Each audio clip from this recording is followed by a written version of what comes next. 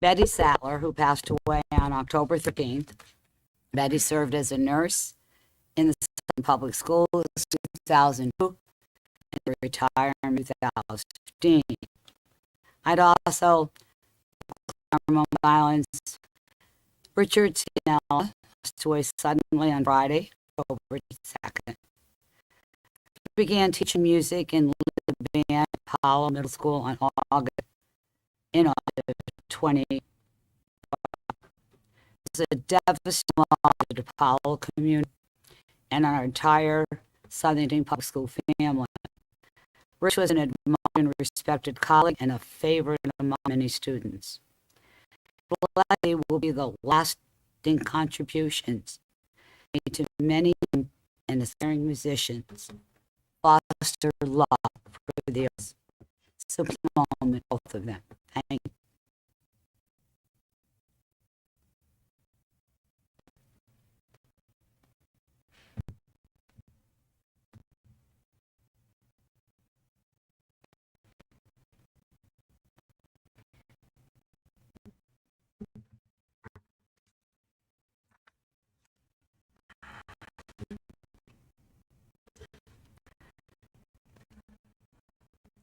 Thank you. Thank you. Now, our communications from student representatives.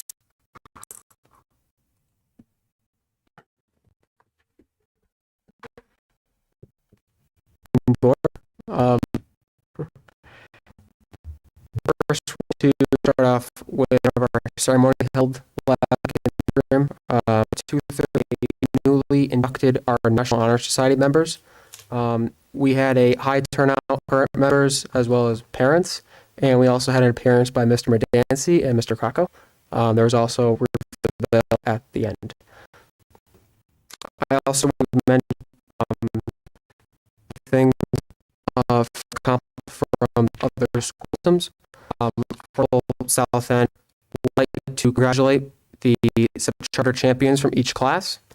Students were selected as charter champions for their classroom character each day at school to promote emotional intelligence, as well as Darrenowski Elementary School.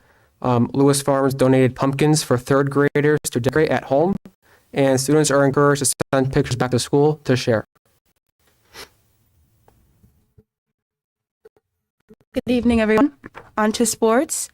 The SHS varsity volleyball team completed the regular season Monday with a straight set win over Northwest Cap. The team compiled of a record 14 wins and 4 losses. The team advances to the C championship tournament Monday round of 16 at home against Eastford at 6 p.m. The team qualified for the CIAC Class L tournament as well. The SFL cheerleading is recognizing seniors tonight with a Friday at Front Field. The Knights host Hard at p.m. Juniors are at 45. Coming diving senior night as well. Stay tuned to Berlin 5-7. Blue Knights finished the season record of 6-3. CC Championship swimming meets this Monday and Tuesday respectively. SHS hockey defeated Newman 2-1 in its night game week. Record of 6-1 has qualified for the CIAC tournament. The host Glasgow at 4 p.m. for the football game on the turf field. The Blue Knights girl team defeated Lewis Mills last evening 2-0 in senior night, improving its to 7-1-6 with 2 regular games, getting a big match this Saturday at 12 p.m. The Bullery soccer team needs to win its last 2 regular season games tomorrow at Enfield and then senior night against Northwest Catholic next Tuesday night to qualify for the CIAC Class Double L tournament. The SHS boys cross country team finished its fourth place in the CCC championship meet last week. Southington Athletics appreciates the community's ongoing support as in the November post and regional and state competitions. Teacher classes are back and this on November 7th, and if you feel comfortable in person, virtual meetings are helpful. And it is a stressful high school students due to the first quarter of the school ending on Monday, November 8th. Many feel as this quarter has flown by and the excitement for the holiday break steadily increasing.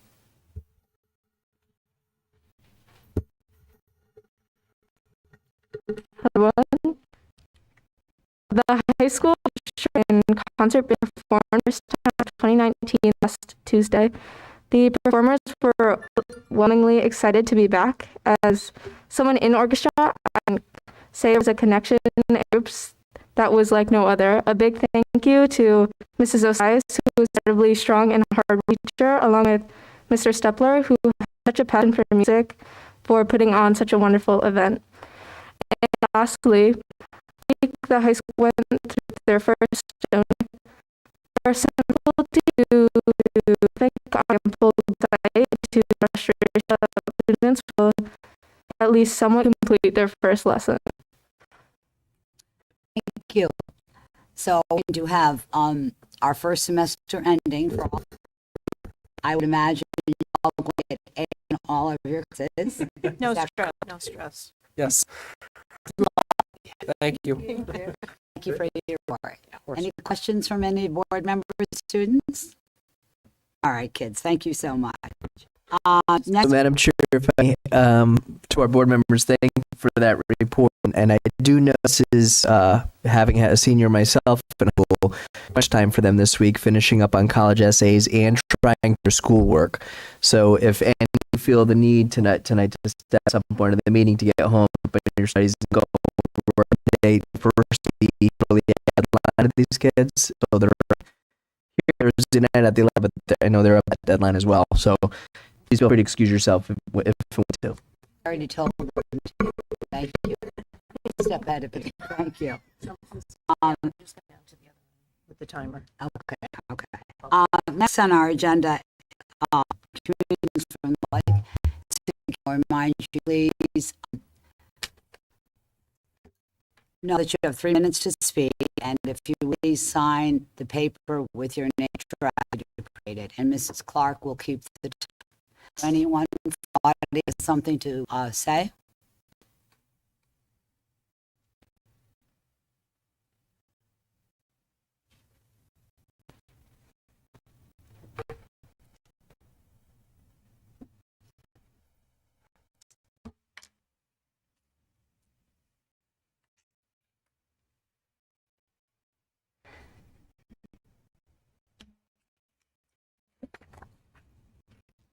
Good evening. My name is Megan Keogh. I live on Hardy Road in Southington.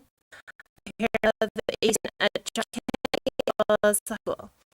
I am tonight to express my concern of assault and more specificity in our schools. I hope to engage in a conversation that will provide the safety that is needed throughout the schools in these times. To my understanding, there have not only been verbal assaults through the high school and junior highs, but also physical assaults that started at the high school in just the first few days of this school year.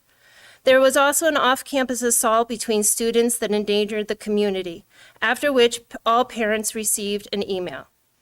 In regards to the junior high, we as parents and guardians were contacted via email as well to discuss with our children the issue of potential violence against teachers due to a TikTok trend.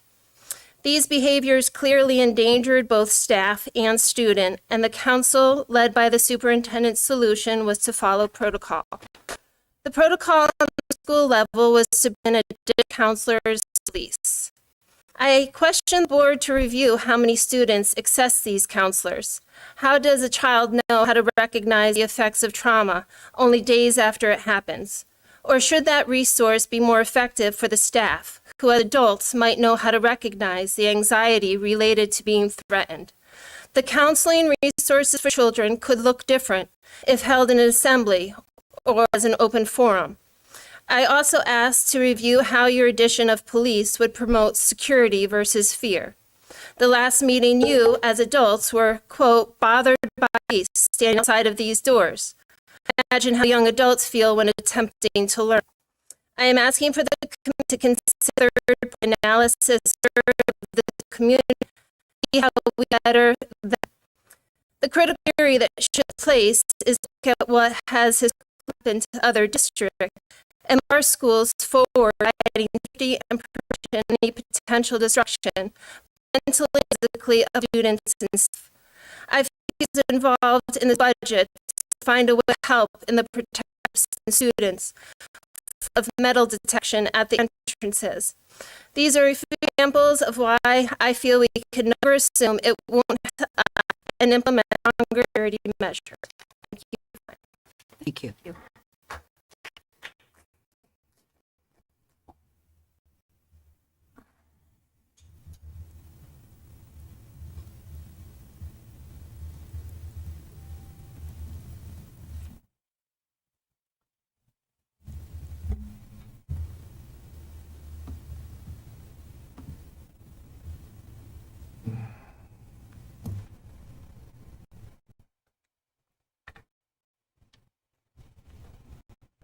Steve Balszewski, 191 Queen Street.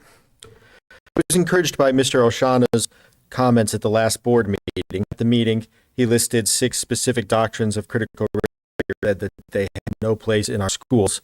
And if anyone would like to see Mr. Oshana's comments, the last meeting is on the town's official YouTube channel. His comments on this issue start at 1 hour, 44 minutes and 5 seconds and end at 1 hour, 45 minutes and 2 seconds.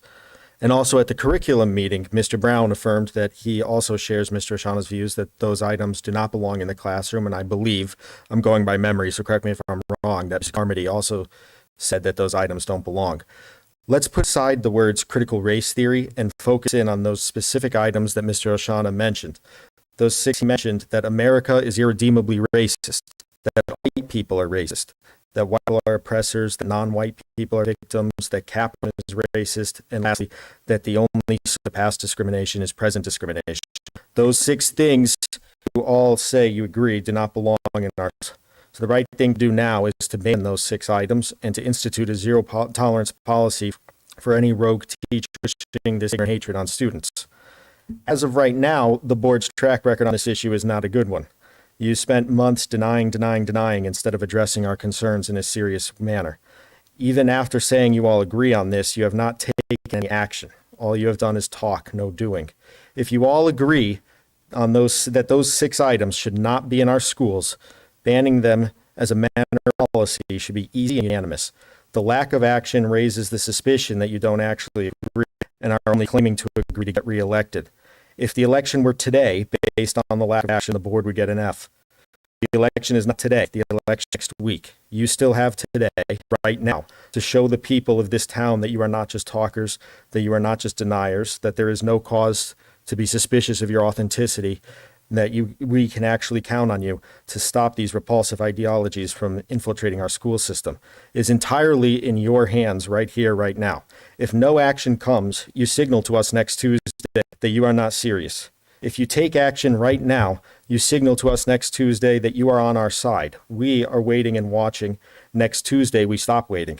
This is your choice and your moment. I hope you will do the right thing, take action right now at this meeting, and prove to all of us that you're reliable. Thank you.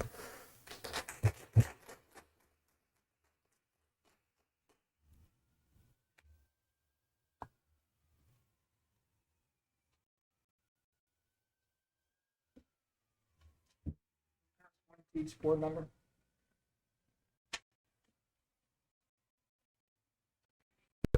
Good evening. Stream from 27 Hitching Post Drive, a.k.a. Michael Krasansky. So, first of all, I'm here, and this is most likely the last time you'll ever see me wearing a mask again. Second of all, I'm dressed up as a monster, as this is what the state Democratic Party, the federal government, Joe Biden, and the FBI think parents are who show up to speak at Board of Ed meetings on behalf of their children, as evidenced by the cartoon in your possession, Exhibit A. Third of all, and most importantly, I'm here to illustrate the rotten position the mask mandate puts students, parents, teachers, and administrators in, as evidenced by the email exchange between a DePaulo teacher and a parent, myself. The teacher emailed, "Good morning. I'm reaching out to let you know that Daria has been struggling to keep her mask over her nose throughout the school day. Each day, the Green Team teachers have to give Daria multiple reminders about wearing her mask correctly, both in the classroom and when she is passing in the hallways. Daria does not seem to be taking these reminders seriously as the mask continues to be pulled down.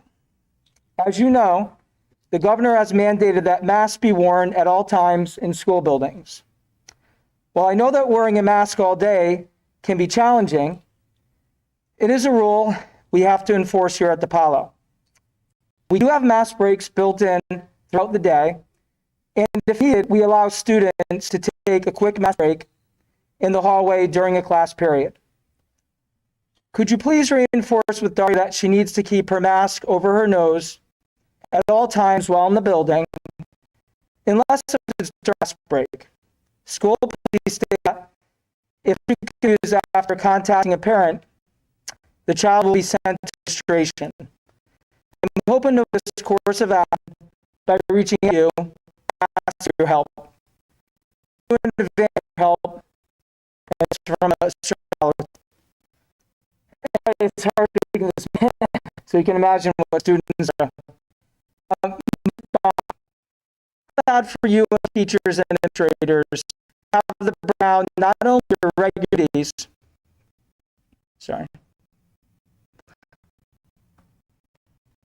but also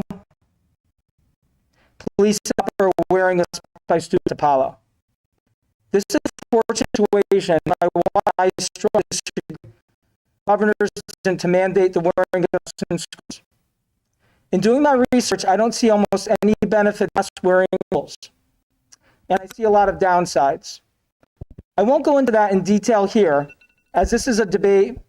Would someone be able to give me 3 more minutes?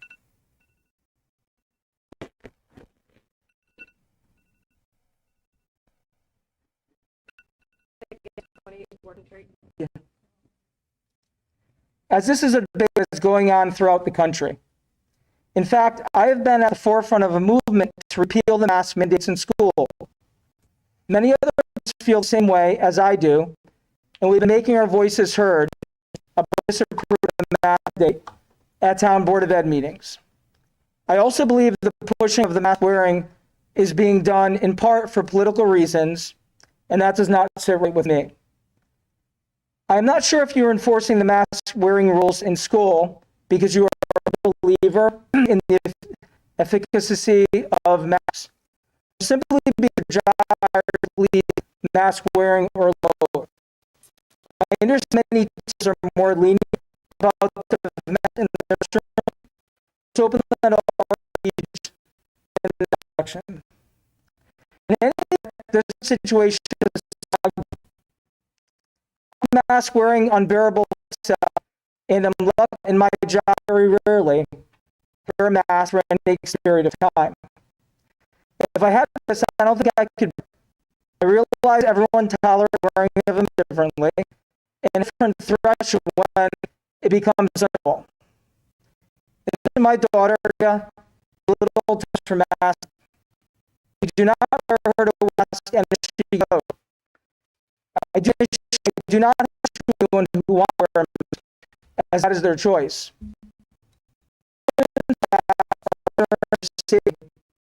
I recommend that they don't even trip mask. 3 older brothers and a sister, all of who attended public schools, have graduated high school as a senior. None of my children have ever gotten any sort of school, and we always have taught our children to respect school authority and follow school rules. However, in this case, I'm making a specific exception for my daughter in terms of rules/authority related to mask wearing in school. If I was in Daria's shoes now, attending DePaulo, I would not be following these mask rules. So I can't expect her to follow rules as that was a critical part. I will try to do what she feels works for her in school related to her tolerance for mask wearing. I hope this issue doesn't escalate to school administration looking for any type of confrontation. However, if the issue does escalate, I'll have to take the side of my daughter on this issue. On almost any other issue that would come up related to my daughter, you would have my backing. I have a lot of respect for teachers as they understand their importance to our society and the difficulty of their jobs. Thank you for reaching out to me about Daria. I think this email exchange sums up the predicament we're all stuck in. Let's solve it by removing or not enforcing the mask mandate. Thank you for your time, board.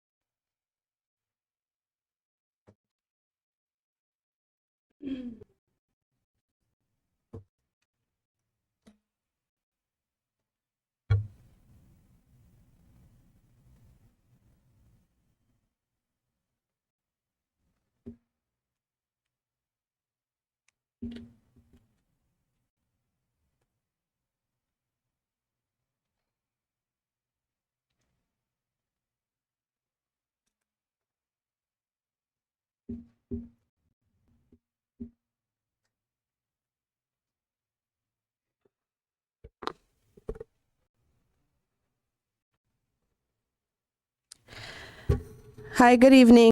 My name is Angelica Espada, and I'm reading at 550 Darling Street here in Southington. And I am the Libertarian candidate for Board of Ed here in town. I'd like to first and foremost thank the current board members who have served these past couple years. I'm new to Southington, and I know that you guys kind of, thrown for a loop, and you guys got hit with COVID. So thank you for your service here and for what you have done in service over the years for the kids and the children in this community. Thank you. I'd like to publicly address reasons why I decided to run for a seat here on the Board of Ed. As a first-time mother of my 18-month-old daughter and as a first-time politician, I want to be understood that I believe my purpose is in service to others.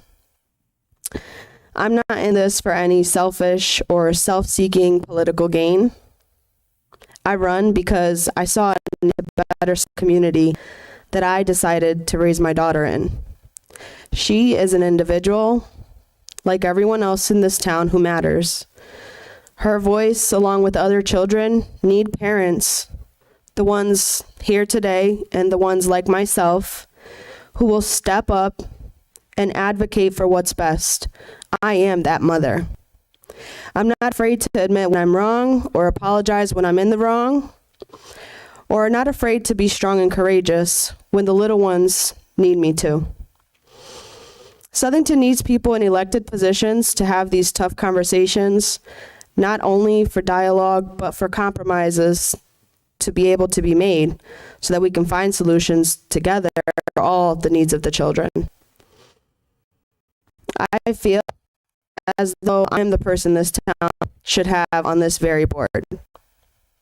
I have sense, thick skin, and to help serve my community, and especially all of the children in it.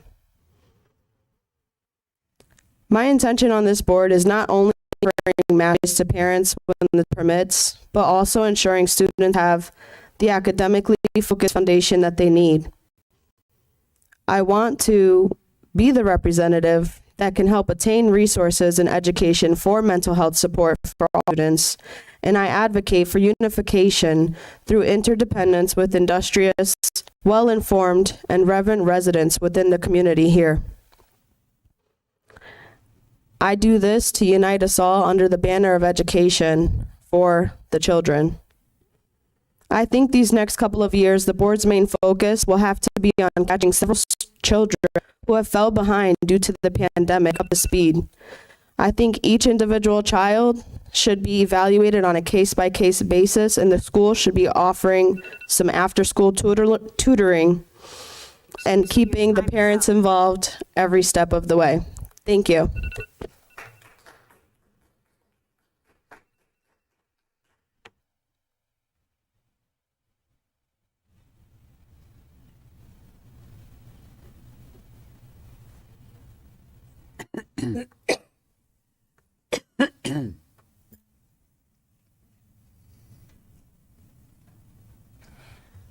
Good evening. I am Mark Greenstein, and I'm representing someone on Excuse me, campus sir, could you give your address, please? 301. In Southington? Yeah. Okay, thank you. It is not my address. That's who I'm representing. I have a high schooler that I'm helping. As a, Pointer. I don't believe I have maybe somebody else's time. Somebody would like to hear about. I'm going to help this. Do that. Someone would see.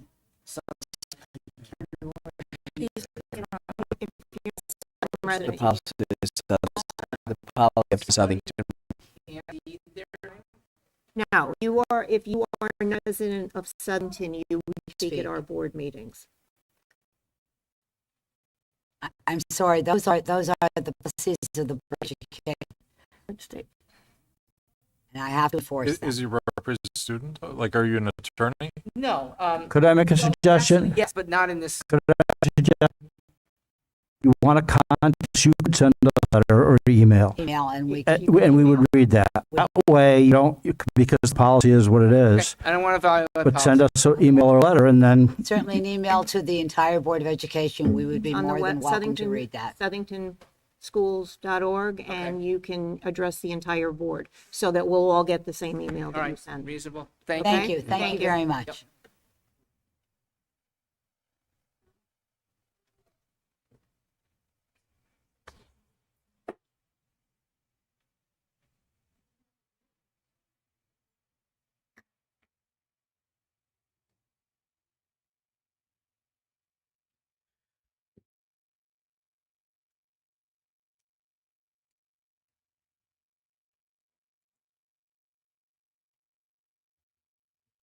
Good evening. My name is Tyler Young from Berkeley Avenue. I would like to begin tonight by voicing my disappointment with the comments recently made by our governor. The audacity of Governor Lamont to use his platform in order to reprimand concerned parents by stating that we are an embarrassment is completely absurd, arrogant, and speaks to his lack of compassion and overall ineptitude. He is an embarrassment. He should be ashamed of what he has done to our children. However, he continues to complete guard as he pushes forward with his one-man rule over the people of the state. As I said before at previous meetings, schools are not hospitals, the staff are not doctors, therefore no medical interventions, including masks, medical testing, and vaccines administered in school or on school property. I would like to know who's taking personal responsibility and therefore liability for these medical interventions being placed upon our children. Simply stating that you're just following orders is no longer an acceptable defense. Who exactly is giving permission for this to happen? The fact that schools are offering vaccine clinics on premises is a criminal and should be treated as such. Earlier this week, the FDA approved the emergency use authorization of the COVID shot to children ages 5 to 11 years old. During public comment, Dr. Rubin, an FDA representative, when asked about his yes vote, stated, and I quote, "We are never going to learn how safe vaccine is unless we start giving it, and that's just the way it goes." That's how we found out about rare complications of other vaccines. This flippant response should terrify every parent. He is quite literally telling us that they don't know exactly how safe this shot really is, and that he's happy to risk the health of our children to find that out. I raise this concern because we all know that those mandates are coming. For the past 18 plus months, many of you have been silent when it comes to the blatant overreach of the Department of Health and Governor Lamont. That silence has stolen a carefree innocence from children that they will never get. It has stolen their friends and the ability to see their faces and smile. After preparation for extracurricular activity, you have learned from them real interaction on every level. They have fallen behind in school and have missed developmental milestones. They've suffered mental illnesses, and tragically, some have even taken their own lives. These innocent children have been completely destabilized, and the damage may be incalculable. To comprehend the madness of forcing and shaming children to harmful mask mandates and inaccurate testing and vaccines that are still in clinical trials, or have the dollar signs of federal funding completely obstructed your ability to see clearly the damage you're allowing to happen to our children? Parents like myself have had enough. In the coming week, when we cast our ballots, we will use our voices to stop those of you who have been silent when it comes to protecting our children. This is just another step we will take in order to restore what you have been allowed to steal.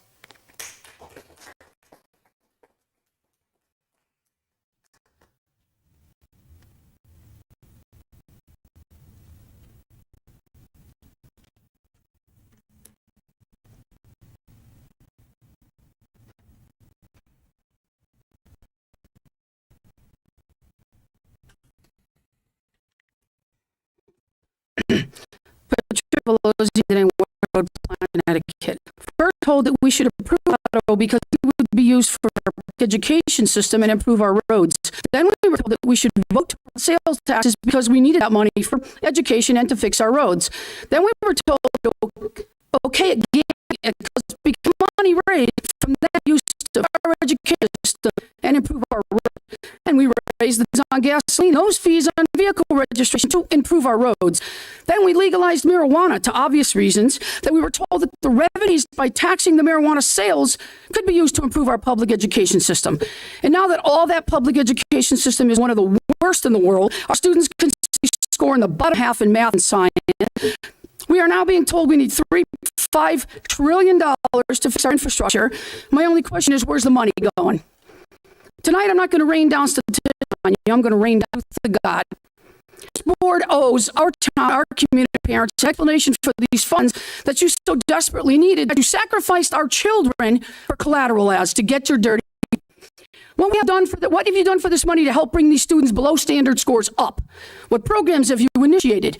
What did you do to get each student to where they need to be to help them from this fail that we had the past year? Did it go to enhance CRT teachings? Oh, we don't talk about that because that doesn't happen in our town, does it? Are we using it to purchase inappropriate books that teach children borderline pornography, if not full pornography, to our students in middle schools and high school? I mean, of course, we wouldn't have done those things in our school or shown those books or even have them in our library, or do we? Yeah, we do. How is this money for our children helping them when you are enslaving them for it? I have really held every day hoping you'd stop this madness, hoping you'll stamp and do what's right for our children. But apparently that's not going to happen. Because the dollar signs attached to the decisions were by what you made your answer to. You said it yourself at this meeting. At the last meeting, excuse me. I mean, come on, guys. You sold your soul for the money, and you used our children as collateral to obtain it. Well, not all of you. And now you can't say no to it because there have grave consequences attached to it. Because you accepted it under a certain guise that you would fulfill every one of their check marks that they demanded on that list. Now, let's be honest. What you've done can't be undone. You placed your path of monetary gluttony, and you used this town's children to do it. Make no mistake, you will be judged for crime. When the smoke screen clears, your regret will run deep. You've masked our children, God's children. You're allowing a nation of corrupt. You're submitting them to experimental vaccines with no long studies on them, along with their teachers. So make no bones about what you continue it. Complicities will not acclaim you. You will be judged. As what said in the end, we will not read the words of our enemies, but the silence of friends. May God have mercy on souls.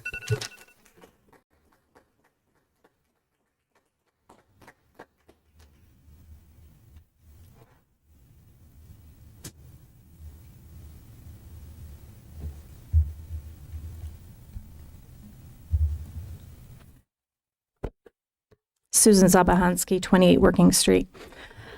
Parents have been to these last 7 or 8 board meetings at the expense of time with their family. You guys serve at expense with time to your family, and we understand that. I'm looking forward to Tuesday and seeing some new faces on this board at the next Board of Education meeting. We feel that our voices have fallen on deaf ears. We've heard that you can't do anything, you can't speak against the state. That's totally untrue. We've heard that you'll lose funding. No governor is going to exclude funding from Southington because of our pushback against him. It would be political suicide, and there's no way he would do it. ESSER funds, yes, do have guidelines in the state. We all know that. Those are the COVID funding. The guidelines change from state to state. We can request that our state change those guidelines. I'm going to be asking for every new board member on this board to push for that at the state level. That's all we've asked for you to do. We've had no one do for us. I recently sent a communication to James, Joe, and Missy regarding the fact that you guys say you can be held personally liable and you view continuously as your excuse not to take action. Shipman and Goodwin, our attorneys, I know, sent out a letter. No one gave that to me. They said it was done during executive session, but I do have a copy of that letter. That is a biased written by an attorney. Could write the same thing. There's not a single Board of Education member I would not be caught by town thing if a suit was held against them. We're just asking that you step up for our children. We're asking that these guidelines that have been put in place that have basically caused their education to suffer. We've seen that. It's caused mental damage to children. Anyone who denies that is living in a box. Even Children's Department has said that it's the mental health crisis is the crisis, not the COVID crisis in children. All we ask is that the next board members, whoever it be, whoever comes back on here, stand up at the state level and push back. It just takes one progressive town to do that. We're supposedly the city of progress, and I'd like to see it done at the next on the next board. So we'll see some new faces in here, I know, and I'm looking forward to working with whoever comes on, everyone service who's put up with us for the last 2 sevens or whatever we've been coming. Thank you.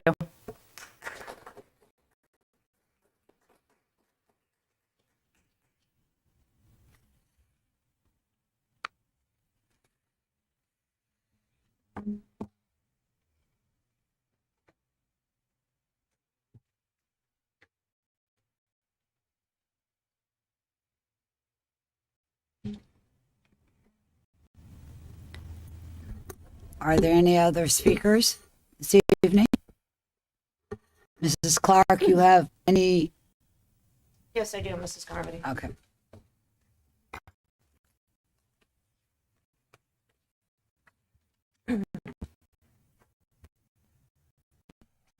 Shannon, if you'll keep the for me, please. Oh, someone speak. Yes.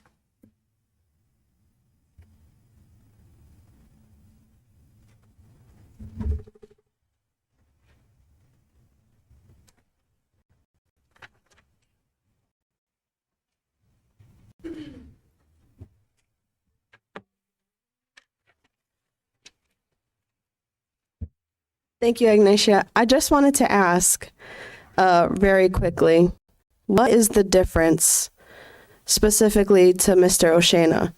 What is the difference today that you're here wearing a mask versus when you were at the Meet the Candidate gathering and I seen your face for the first time? What's the difference? Why are you? I just wanted to know because I was sitting there and I'm just like, I seen his face for the first time in the building and I'm like, what's the difference? And today, the inconsistency, it's like today, Mrs. Carmody doesn't have a mask on and I'm all for mask choice. I'm pro mask choice, pro vaccine choice. I just want to know what's the difference and why so much inconsistency everywhere I look, nationally, state level, and then local. Why do you guys do it for? That's it. That's all I want to know. So, Madam Chair, to raise a point of order, public comment is for comment, not for questions. Yes, I know. I thank you. I was just going to say that. Mrs. Clark, now you have something to read into the record.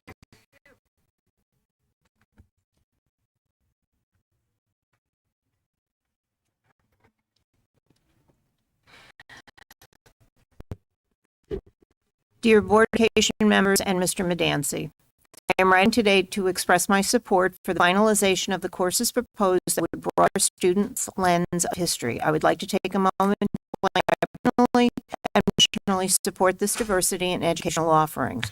I grew up in a very diverse city, but attended an all-girls Catholic high school. These courses were not offered in my school, but my real-life experience was a direct contradiction to the things I was being taught in books. I remember feeling ill-equipped to communicate with my peers and often had questions that, when asked of my school, were not given answers or were diverted from. This created quite a gap between my experience of the world and my experience in school.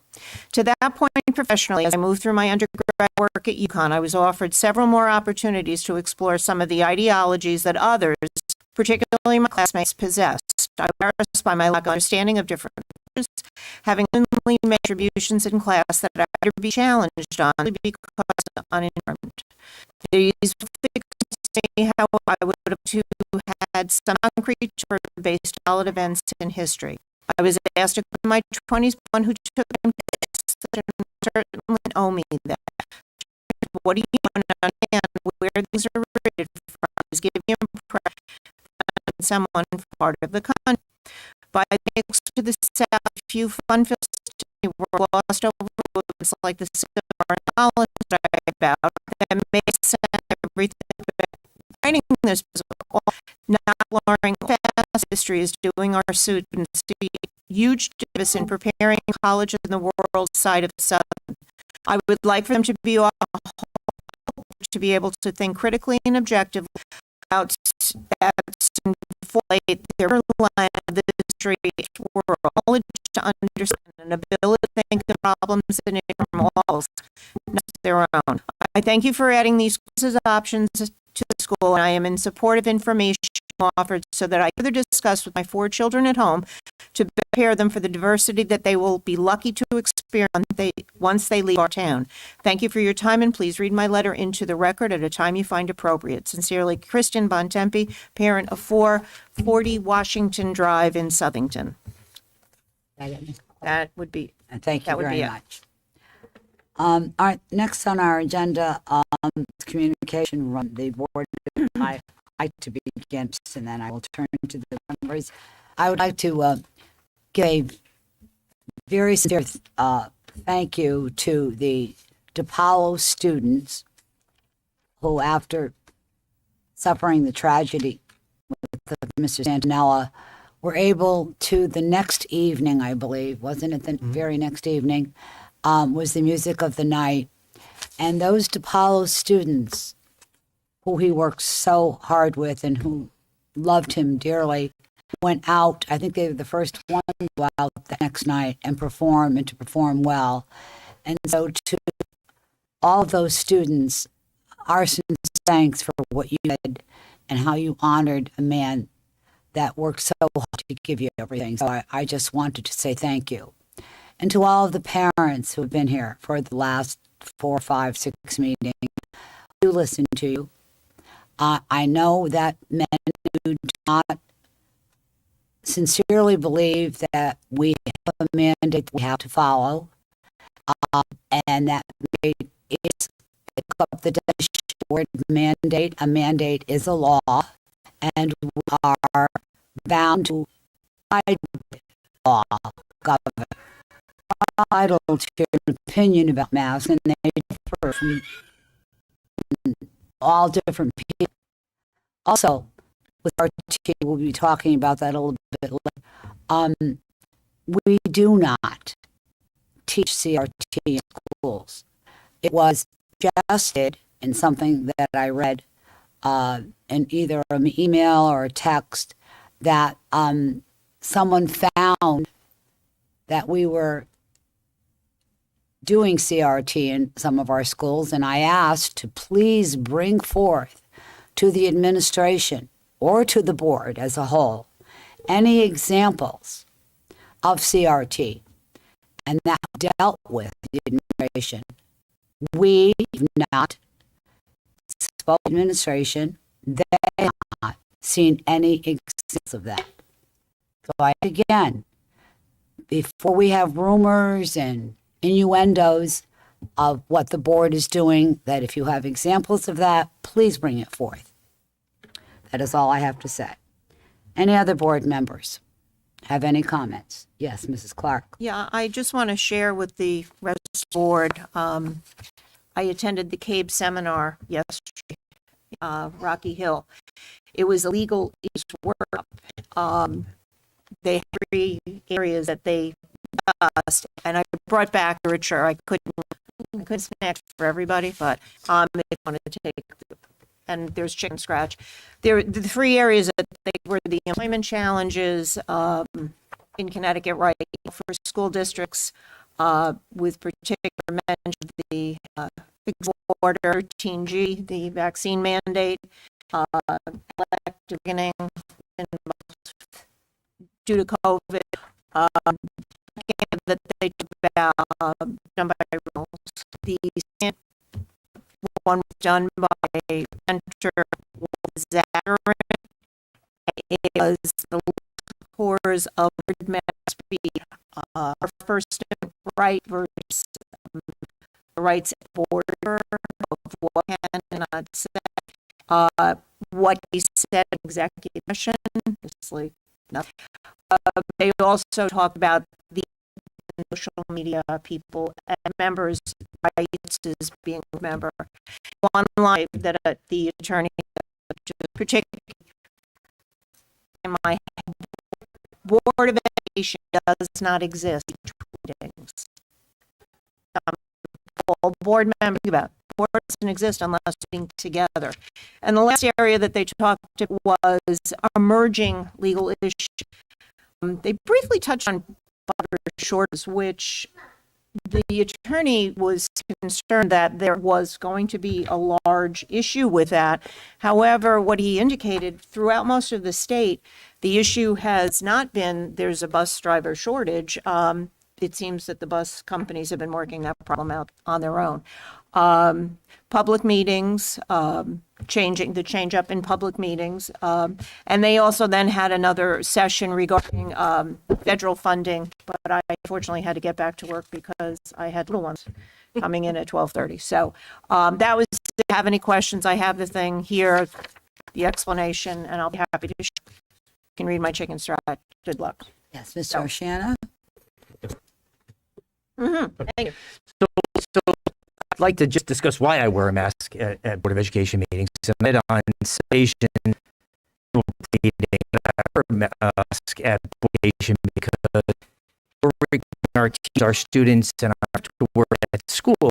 I think the board should wear it for teachers 3 hours. Board of Education require students and staff to wear them, and to wear them 6, 7, 8 a day. I think we're modeling the behavior that, if we're representative of the board, I think this is the type of behavior we should be modeling.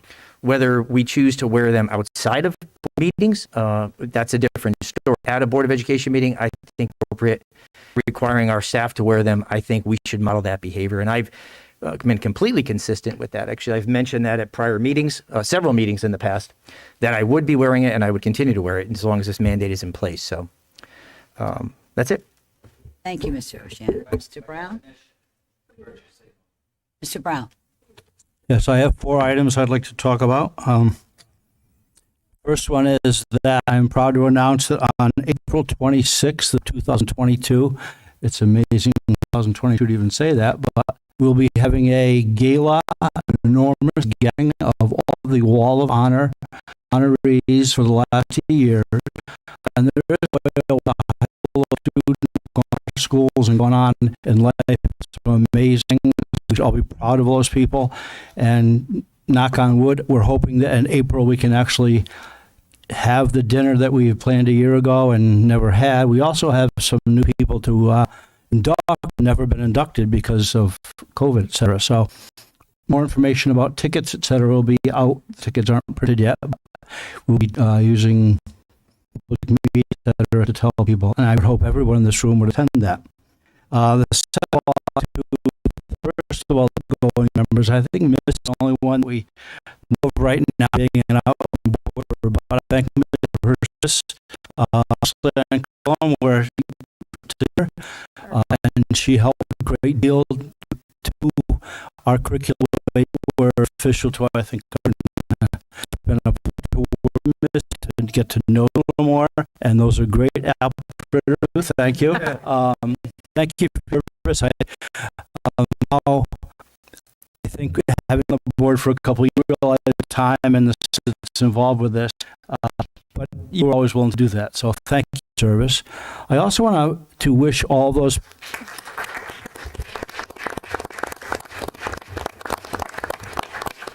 I would also like to wish all those people running for office good luck.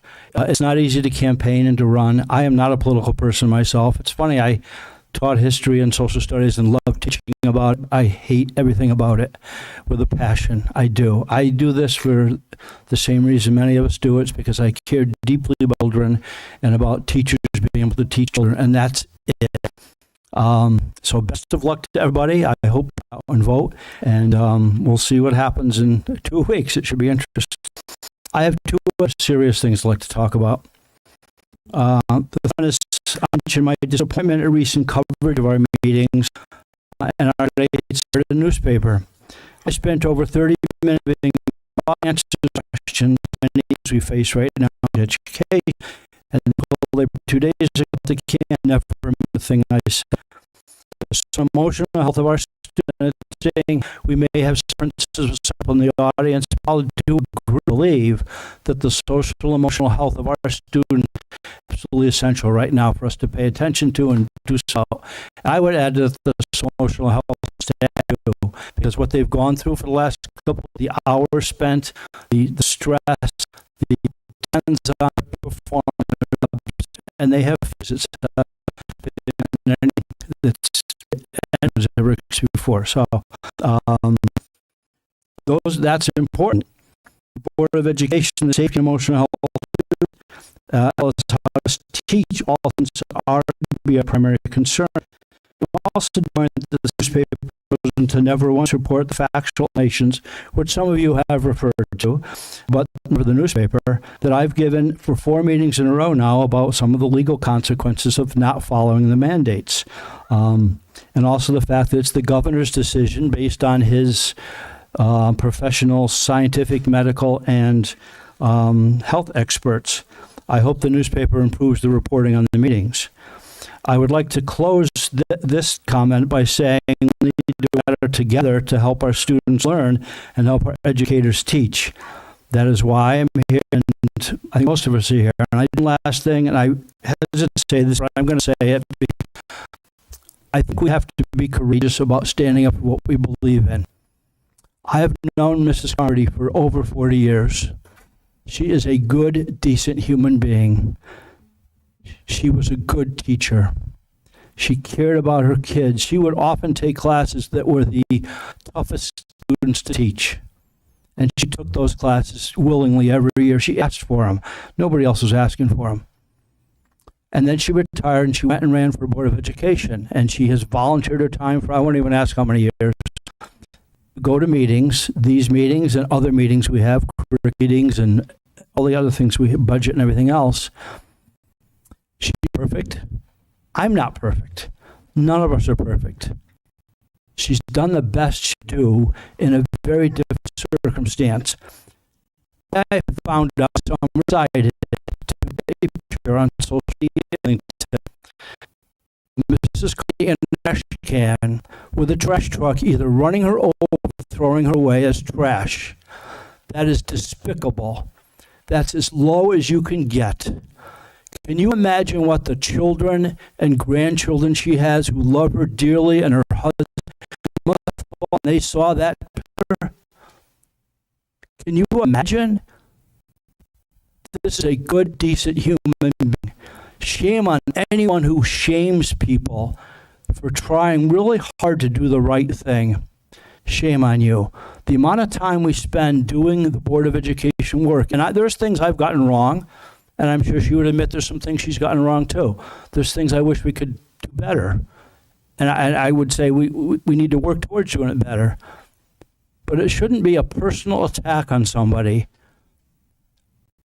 Trash can, trash. It should not be that. It should don't agree what you believe in or what you said. And here's why. I said this time, I did it again, Classroom Trash Act, and I think Washington probably agree with this. It's good for us to listen to each other and to disagree. I know he and I probably disagree on a lot of things, but I sat and talked to him after the curriculum meeting we had, and we had a very cordial conversation, and we're trying to work on some things that he believes in and I happen to agree with him about. But it's a cordial conversation. It's polite and respectful. It's not personal. It's not attacking him or myself as a piece of trash. So I want to apologize to the public for whoever did that. You will learn that. Across this right now, we're state of education meetings. People are angry, coming and screaming at people who tear the line of education. And I will admit we don't get it right. We don't. Acting really straight. Say, well, I mean, sat down meeting a whole money about millions of dollars aid. Not somebody. This time not up the difference between people or something up the difference. Liability issues made that the attorney. I know board members personally could not vote to not do the mask mandate, even though they don't agree with it, because they don't want to lose their house. You shouldn't be asking public officials to put their house on the line. And I'll be honest with you, over something that looks to me, based on the other things we've done in the mask, we've been able to keep schools open by wearing masks at school. Last thing, I could talk forever about this, but let's work on what's really important for teaching kids. Let's have dialogue about how do we help the kindergartner who has not yet been in a room with other kids, and when they're put in that room, they can't even behave, and they have to be sent out of the room. Disciplining a kindergartner for not behaving, we haven't seen that kind of thing before. First graders, because they haven't been in a setting with other kids. We should care about that kind of thing. The suicide rates, in fact, are going up. That's extremely troubling. Let's figure out calling names and insult people. You're not going to get people up here to bed if they have to be abused. Then they have to spend a couple of hours last meeting, 7 on the meeting session the week before that. Pay for that was probable. It cost me a lot of money to run for the board, for crying out loud. I could go up to teach and make money, well, not a lot of money, but instead we listen to them, we get abused. Please, let's have decency and let's put the concerns of our kids. And I would agree with you that whether or not a student wears a mask is an important consideration in the social emotional health of the students. We should deny all that. But there's an awful lot more to the picture than just the mask. There's some very serious issues out there we really need to be concerned about. We have a great town. We have great students. We have great staff. We have great parents. We have great people in this town. Let's get together, and no matter who's up here in 2 weeks, and work on helping our kids to cope with a world that's very troubled right now.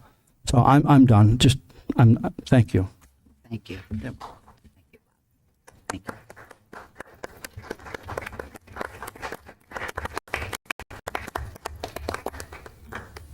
Any other board members? Yes, Joe. Bob, you didn't leave much anything unturned. So I had 4 more pages, but Again, what everybody brought forward this evening in regards to security, to CRT, to the masking, the ability to choose. Again, looking around this room this evening, adult, we're expected to do this, and this is based on the evidence we have for that was to make individual decisions. Understand frustration, and the take is essentially we're not allowed to make this for us for families. One thing that made evident to me is skin a local bed able to exert over our district, and that's something that bothers me, because the people who know best kids in Southington are our administration, our staff members, and our parents. I had a chance to talk with a couple of students high school week, couple of parents as well. Some people come meeting to voice their opinion or to send an email at times. This fear of retaliation. I don't know where this comes from. I would anyone speaking either be, I think it's it has, and it's we had better, as Bob about see each other in the eye. At the end of these things, security, CRT, masking versus mask choice, it boils down to who's the most important teacher in a child's life. People may agree with me, but it's the parents, it's the grandparents, it's the uncles, and we only get a small smidge of that child every day during the week. That's 6 hours. You can't undo bad decisions in 6 hours. You can't essentially correct social or emotional issues that may have happened over the course of, especially a COVID, where some students weren't able to escape the bad situation in a home setting. This is a complex issue. We're going to be dealing with this for a decade, and we could get rid of this tomorrow. Offer vaccination. This is not going to go away very quickly, and we're really at an important point as borders. Whoever wins, I guess, next week. Again, regardless of who it is, that needs to be the forefront of what we do. Is essentially getting back some of that individualism that we can have as a community to be able to make appropriate decisions for kids, for staff, and get input from them that doesn't let them feel that they're going to be validated again. That bothers me. So again, thank you parents for showing up. Thank you for the staff that shows up to our meetings. And Michelle, you were like always here. I love seeing you. But again, what we do in this district is something special, and I think it's just more of let's focus on the good and let's keep pounding at it. So thank you. Thanks.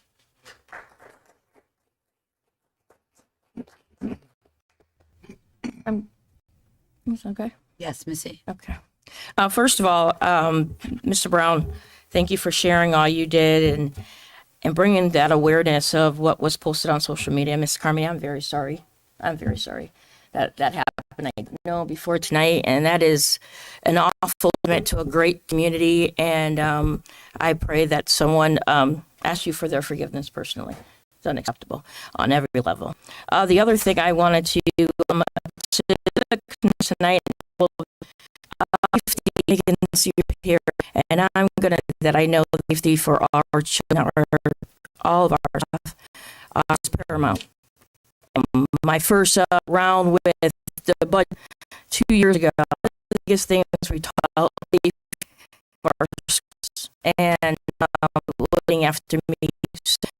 I know the minutes that are in the school, some we don't, but I ensure that you're concerned all the being handled by the mission, and they got urge everybody to remember their questions are made. I know that they're working hard. The other thing I want to talk about is Mike is gone. Okay, but he had his gun and he had that. He's calling classes of what's going on in all of the board education meeting. The governor saying that they're monsters. This board has never once, not any of our being monsters. I think time and time again, the first reason is after you all spoke. Thank you.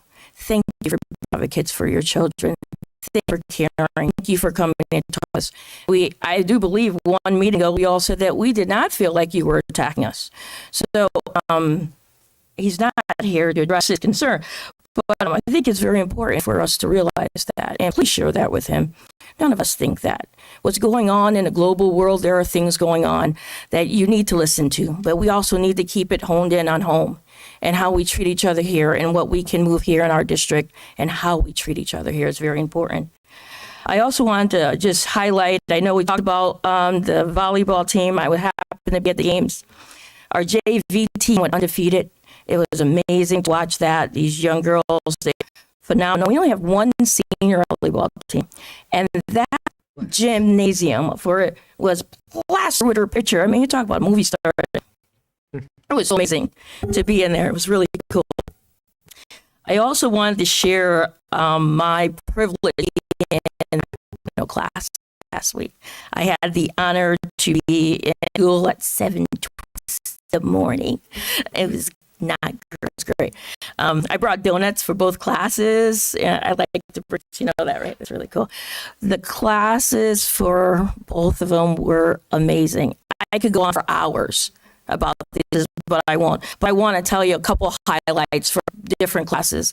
Each class had about 14 children, for different youth, male, female, Black, Latino, biracial, Hispanic, amazing. Tons of bars about BI and education, had what they're learning, and I asked them about oppression if they felt any. Did they have the concerns that are being slated in these CRTs? Do you feel your weight and feel that you're racist? Do you feel these different things that we're talking about? That those 6 points. And all of them said no. All of them said no. They said that they have learned more about themselves in these classes. They have learned currently about African studies, and they kept bringing up food. So I really want to go back to the class. They get all these different kinds of food. That they're learning about, but what they learned about was that the base of how all the rest of the food and different things from Africa, and they were get by it. The two students, so I'm going to pick one of each class that said something, so it stuck in my head. The first class, the student said, I wish everyone could take this class because it has brought us together. That class had brought a division that those students, Black, white, Latino mix, feel like now they see each other on the same playing field. To have these students sit there and tell me that time and time again, it was amazing. The other student, he said to me, I realized that race is a construct because we're all one race. We're all human race. And we have learned more from by experiencing some not so good history, but realizing that it comes from a different era. It's not that we need to hate each other, but that we have more in common than we thought we didn't have. And that was amazing. And so I shared a lot.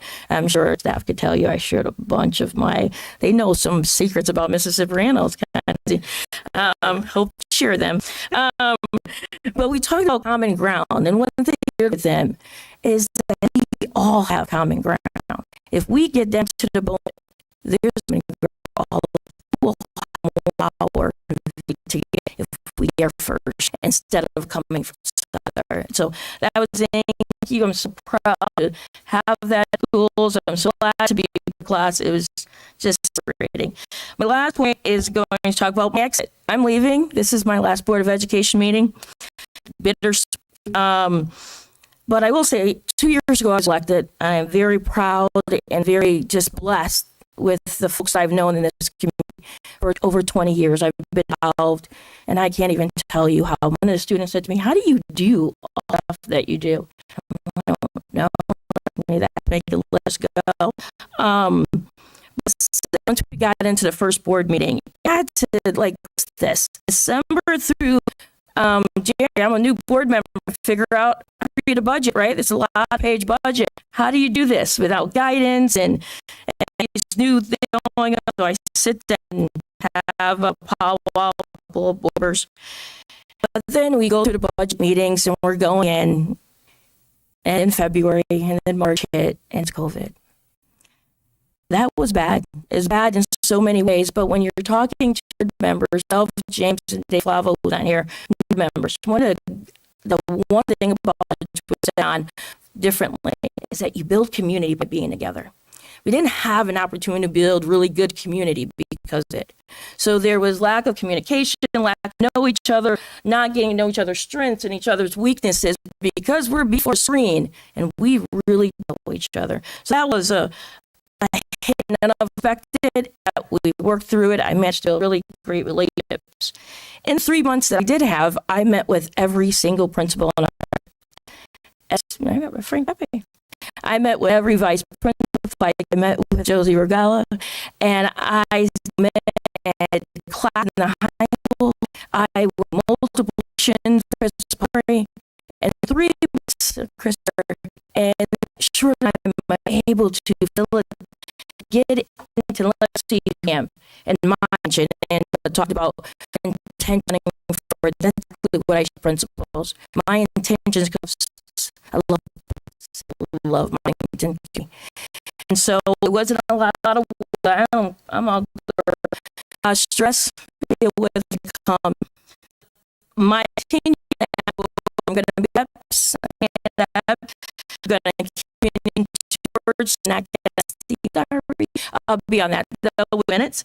5.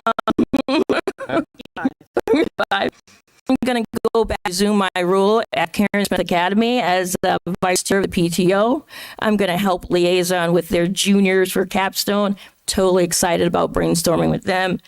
I am actually going to the state level to lobby for education. So in January, I start in a different role, working hard for education in a different site. So I look forward to attending the meetings, and I know the board going ahead, and we're never going to have another shutdown and do Zoom meetings again. No more Zoom meetings, guys. Don't do it. It's really bad.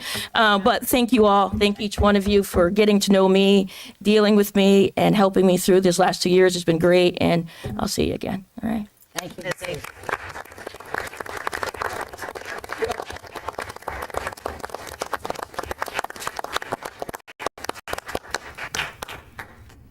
Any other boarders? Thank you. It was very nice, Missy. Thank you. Next, we have communication from our administration. Thank you, Madam Chair. Missy, thank you for your service and support of the schools these past few years. And yeah, I have no doubt we'll continue to cross paths. Why did Maintenance staff recognition. I just wanted to make sure I took an opportunity to recognize our maintenance staff. As you know, under leadership of Mr. Romano, one of the big projects for the plan would be fitness center down at the school. Floor was almost deemed pretty much at this point and had an age, and in space PE or teams to really take advantage. So with the support of this board and our board of finance through the non-lapsing account, is a major project we're taking summer, and it is pretty much at this point just about finishing touches. The equipment was over this week. All the new rubber flooring. Our main staff laboring them versus us paying for an install. It saved us all $13,000. Just sheetrock painted. It looks great. So just a credit to the maintenance department for that extra work on that project. If you have a chance to stop to see that, 'cause we've been talking about that space, I feel like for a few years now. So that's exciting. An update for you on the athletic facilities, because along those same lines, while we were able to get that project done, not so much with some of the other projects, and a lot of it has to do with competition for labor right now coming out of COVID, as well as labor's material. The facility and prepared by Castle Booze included short project as well as term plan upgrades to the high school sports. During the 2021 budget process, the Board of Ed approved 6 short-term projects. And I bring this to you now because we're about to go into the budget and the capital improvement plan will come up again. And so it's just a good time to revisit. In July, the administration and Casa Booze sent out 6 bids for the short-term projects. Bids were for softball, area baseball, tennis court repairs, track repairs, and bleacher improvements, specifically handrails and safety fencing. I've heard about that from some residents in our day.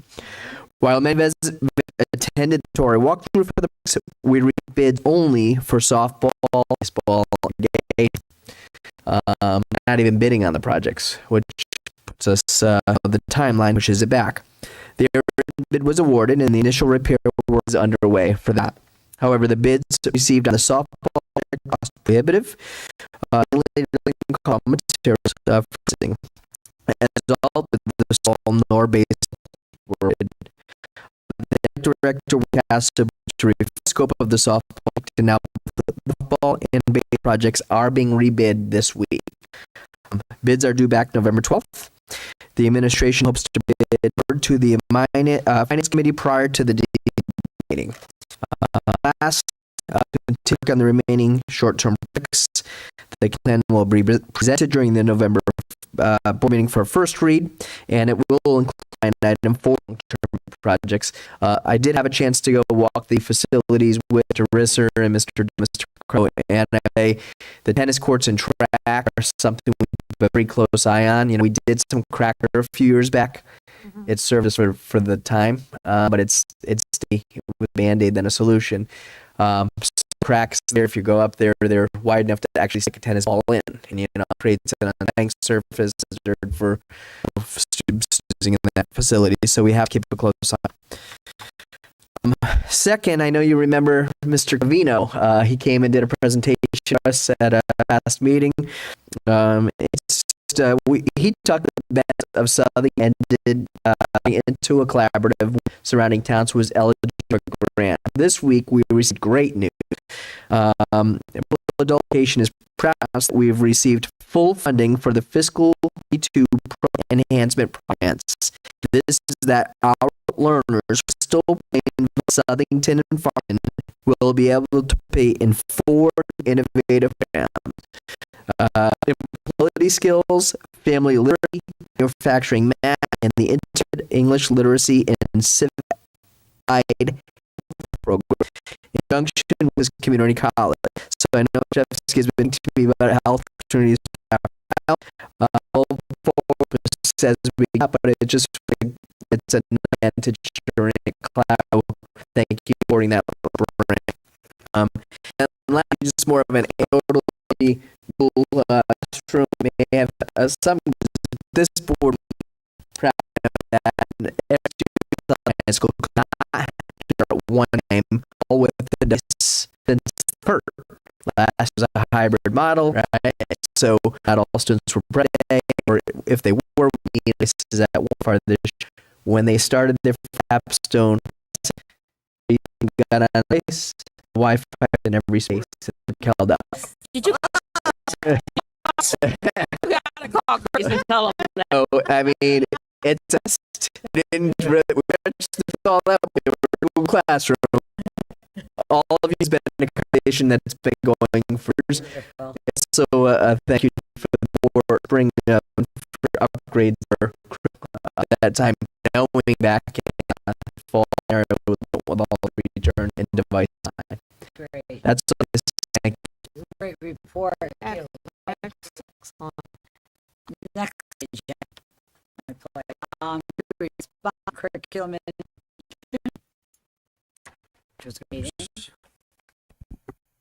Thank you. This is a bit lengthy, but I think it's very important stuff. On October 18th, present were myself and Mrs. Carmody, Mrs. Zano, Administrators Pepe, Diane Holsgruby, Jennifer DeSenza, Beth Fiends, and Napolitano, the guidance counselor. Some of those are administrators.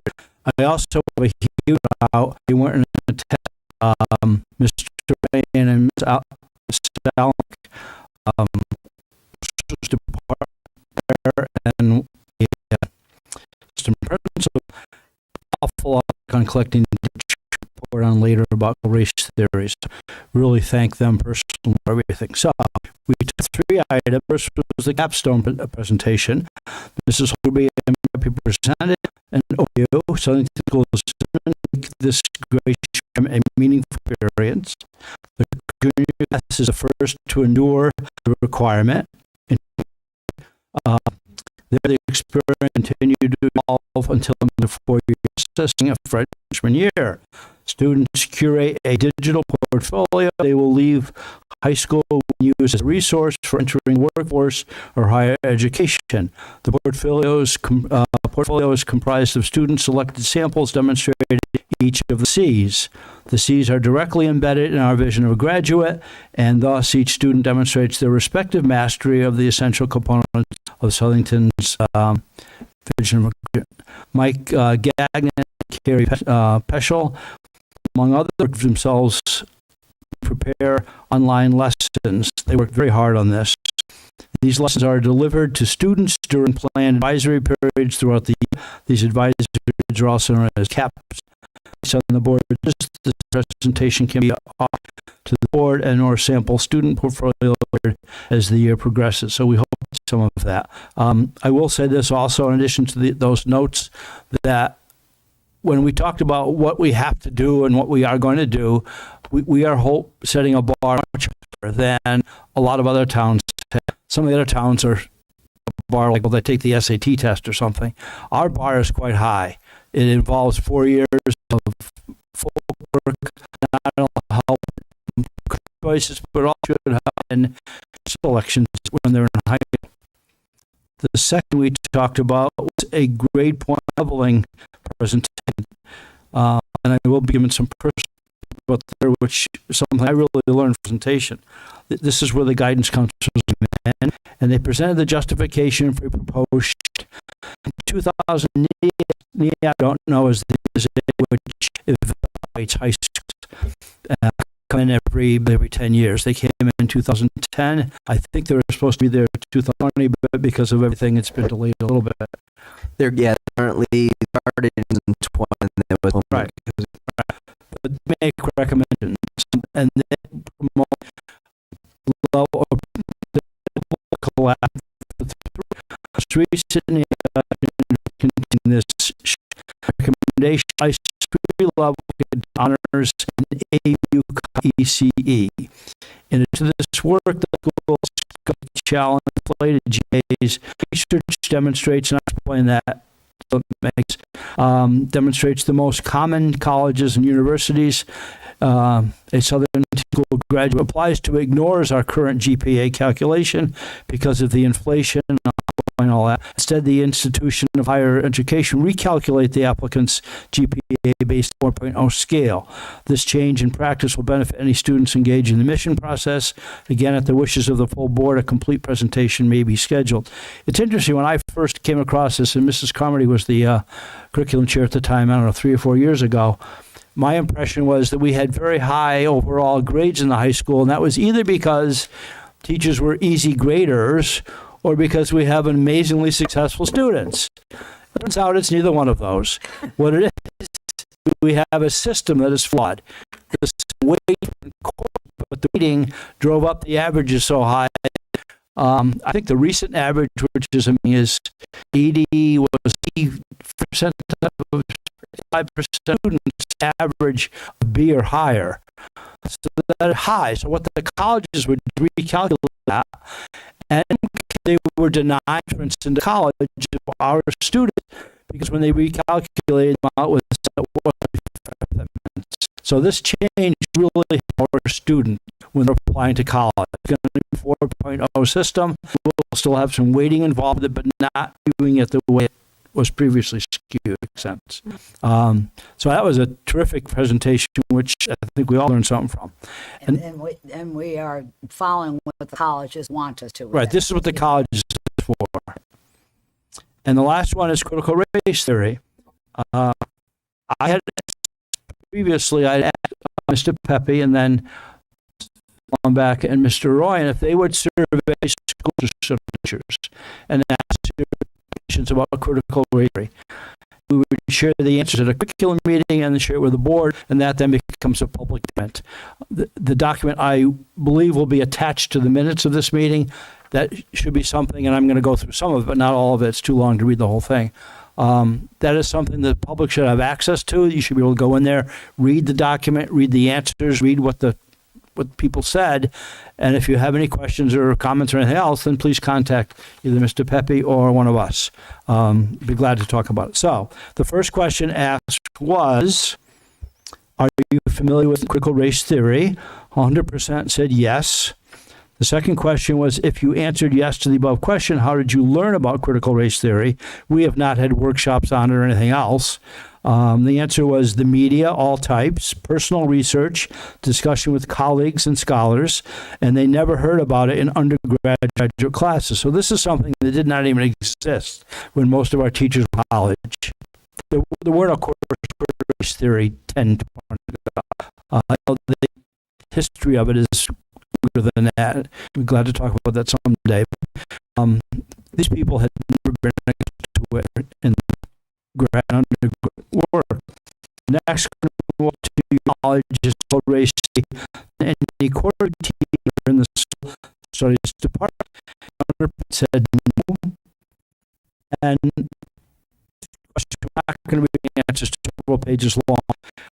If racial issues, history, or races taught in your classes, please exist at least one each crew if applicable. And I did a great job collecting information about what exactly is one of our courses. And you can read that, go over the report, and in detail that's taught. And the board really doesn't move out. We have curriculum. I believe that members on this board should monitor this in respect to one of the rest. We should monitor this constantly and make sure that we are doing what we are saying we are doing. You know, no one's trying to hide anything, or there's no conspiracy. I think we do all agree, which Mr. Oshana pointed out last time, that some of the crazy ideas, maybe I shouldn't say crazy, but some of the ideas that we find reprehensible, I guess that's even worse, should not be taught in school. There's no one, I don't think, that says that we should teach any of those things. And if they are being taught, we should do something about it. So that is the end of my report. I'd be glad to answer questions from any members of the board or comments. Well, yeah, I just have one comment. I want to thank Diane for giving because Mr. Pepe tried, but he did a better job explaining. That's the bow. Should the minutes reflect that was Mr. Murray? I'm not stone, and I just had such a your chart was wonderful. And I felt when I meeting that I had, he tried and he gave me a beginning, but you certainly gave, I think, Diane, don't you think? Oh, I think she did a wonderful job, but I'm an old capstone. Steve See, knows the whole time I was grilling him on capstones. So yes. I had remember I said I have two grandkids and they were asking me and I. So I thank you. I very thank you. It's a great meeting. Yeah. I just want to say, I think it would be a great idea at a future meeting for the GPA leveling to have a presentation, because I think it's something that parents don't understand. You're right. Yeah. And I think by bringing them here and letting the parents see it and making it a public piece of information, because I know this has been an ongoing controversy with the parents, because entry school is dependent upon this stuff and how it gets recalculated, gets circulated. That even coupled with financial aid for the ability for a student to go on to Right. college. I So think we I mentioned think that. We did talk Yeah, about it's a great that. Yeah, idea we because did, even yeah. those of us who taught Right. didn't really understand the problems before Good that. idea. It was an I think as excellent it job. collapsed, I So think let's just caused make sure more Mr. questions. Pepe heard us and puts that on the schedule for the future, yes. Excellent. Yeah. We have that. Thank Good you. idea. Yeah. That's it for the curriculum. I'm all Any other set. questions? Anybody on the curriculum report? All right, next. Old business, government community. I don't we have any, do we? No. No. Then we'll move to, this is you, Colleen? Yes. Yeah. Move to approve policy 510, bullying prevention intervention policy revision as recommended by the Policy and Personnel Committee. Second? All those in favor? First of all those in favor? Aye. Any opposed? Motion carries. Thank you. Thank you. Next on our agenda, new business, we have the credit recovery in our school presentation, which will be done by Mr. Yep. Okay. Just a quick introduction. Like by thanking both Dan and we reported out during when people asking what are we do with the federal fund about learning law, talked about kids that were jeopardizing credits, were academic. We talked about kids that use judgment, summertime, especially school, but even down in the taking because there always time these things. So I know that but it is a model now for recovery in the spring. We have the opportunity to get them daily, right? Versus summertime, both availability of staff can be different, and then students it may not when they're time to work. And so that's monumental, and they've got some information to share that. And then Mr. DeStefano took a summer school that was primarily around 200 students and served over 950 students at no cost to any family community. Nation-led, we've been for students throughout the summer. They must staff or will work this summer students. It was just immense effort, and I'll let them share the highlights, but I just want to personally thank you both because it was just an outstanding undertaking. Good evening, everyone. My name is Heather Allen, the Social Studies Department Chair, and was also the coordinator for the recovery program spring. By December of 2020, we knew our kids were in trouble. We had a lot of students who were struggling. Teachers were reporting a lot of no-show online and apathy. And so we really needed to do something to help these students be successful by the end of the year. If we could help anybody, we wanted to do that. So there was conversation by the administration in the fall or in December, and then there was a whole school meeting in January kind of presenting this hurdle that we have to. So part of this was basically to provide many 9th, 10th, and 11th the opportunity to earn credit in their classes, particularly only their full year classes, for specific science, math, history, and or English courses. So as you can see here, the meetings were held initially in January of 2021. We continued to ask staff if staff was interested in participating in kind of creating this program. We did have staff step up to that, and in March and April, we wrote the courses, and then the students were identified by BI team, by admin, level admin, counselor.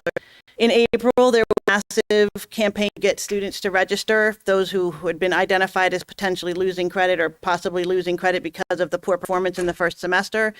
And then through May and June of 2020, we implemented the program. It's really amazing to think how much we did in a very short amount of time. So there were definitely pitfalls, but overall very, very successful. So that data was made up We had a volunteer to to two both.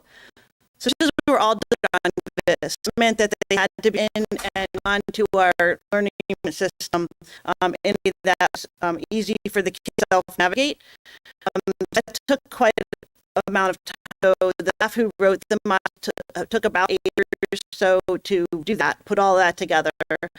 Then we had students of the program did a little more about this, but we had 4 staff members, and this included parents who stepped to staff, substitutes stepped up to regular staff, and they all wanted to be a part of this program. So I'll talk a little more about their expectations, but essentially they were expected to provide 5 hours of their time to this, and for this program. And then I was kind of overseeing all of that and monitored the registration, coordinated all of that, I reached out to tutors when I needed to, et cetera. And then the grade level administrators and counselors were, after they did their intense outreach, they were able to access comments by both me and by the tutors to see how the kids were doing. So I do note that KSA also offered the same program. They used the modules developed by the teachers at Southington High School. We shared those over through Canvas, and they had their own system of delivering that material. They had a system that I think might have been a little better for us, which was standard time kids were logging, meeting with their tutors. Based on the willingness of their course, we were able to offer a course 01, Earth Science, Biology, Foundations of Alpha, just 1 to history, and software, a couple junior courses. Each course is focused on 4 skills with the 6 to 20 lessons they had to go through. Students were encouraged to do them their own. Taking, because you're not kids who are doing anything to begin to continue stuff on. So I had an interesting outcome. Tutors were excited to, please teach. Kid need to understand things, to set visual goals within, to clarify, some provide, even lightly correct, and not actors to, really intent, but because we have such a staff and they were really the kids set up for them got fitted a lot. So the tutor was also supposed to provide a 5-hour lively offers were all part of that 5 hours, and we managed to make it so that if there were more tutors for same courses, there were at different times, and so we posted on Canvas when tutors were available, and they could actually log in and talk to any tutor. I assigned each kid a tutor just for ease of communication. They could log in at any time that these hours were open, and they could talk to a teacher. Talk to a teacher. Each tutor also completed a weekly update, each student that they were assigned, and roughly everybody had 4 to 7 students that they were directly responsible for. And once a student has completed the course, the teacher then is for the grade staff in our school. So some of the lights we have over our after really targeted encouragement. I'll tell you that I think the registering them, registering themselves. So there were some where you had kids that they registered for 4 classes. We that was impossible. What you tell that. We to encourage that. So your kids register. 30 of those 107 finished recovery success. Means that they met the required demonstration in that semester. What they would receive as a result of this 60 was our lowest passing rate. So we were in the 60 for the semester 1, and all they had to keep up things in the second semester. Unfortunately, none of them did not. So 24 of 34 continued to do their class second semester, which we think is a great because we basically just took 24 kids and, I'm out of school, and allowed to, earn credit, move on with their classes if they needed to. So that was a really big success. At the beginning, our goal was to basically, if we could help even just one student get back on track, we would know we were successful. So to have, 34, actually do well, but 24 actually get credit, I think we did a great job. Some other data to that, so 10 of those who passed the credit recovery course, unfortunately, could not maintain that average, and we knew it was going to be a hurdle, because again, we're asking kids to do more on top of what they already want to do. So we know and hopefully tutors were so constantly were reaching out, to email. Some emailed parents they were expected to give, and every week they would report back as to whether kids would what happened. Most of the times it was kids just logged on and then just logged off. They didn't really take advantage of it. Count of the tutor feedback or that for feedback suggested that 44 of successful students did not attend anything. So we just tried really hard for about weeks trying to get kids to log on and do that. So counselors had added these forms that they were filling out. Could see the comment. Could also talk to parents too.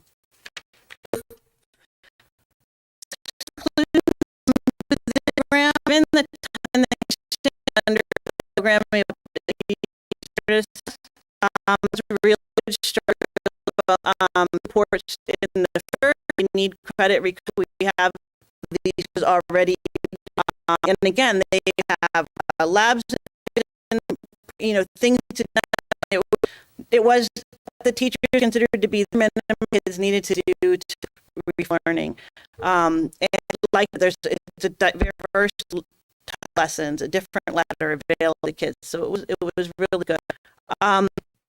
Also set the basis for students who might need additional help or the opportunity to demonstrate additional learning throughout the year. So if we're having kids struggle before the end of the quarter, we might be able to extract some lessons and have them show that the assessment piece of that. Thank you. I personally, and the other board members have excuse me something to say. How wonderful. We are able to do this at Southington High School. Yeah. A wonderful school system in many ways, but to help these kids and really now doing what's going is just because it was terrible to have the kids. I mean, I'm sure the parents wanted to sign them up. They did. Success rate, but I'm very proud of you tutors did and what we will suffer. How wonderful for kids. Let's hope that it continues and take advantage of it, because what more could you ask? The technology huge of kids being able to log on and have Google Meets and dented work working through this. That would be part of this. We would have as much full movement to the building, kind of a thing.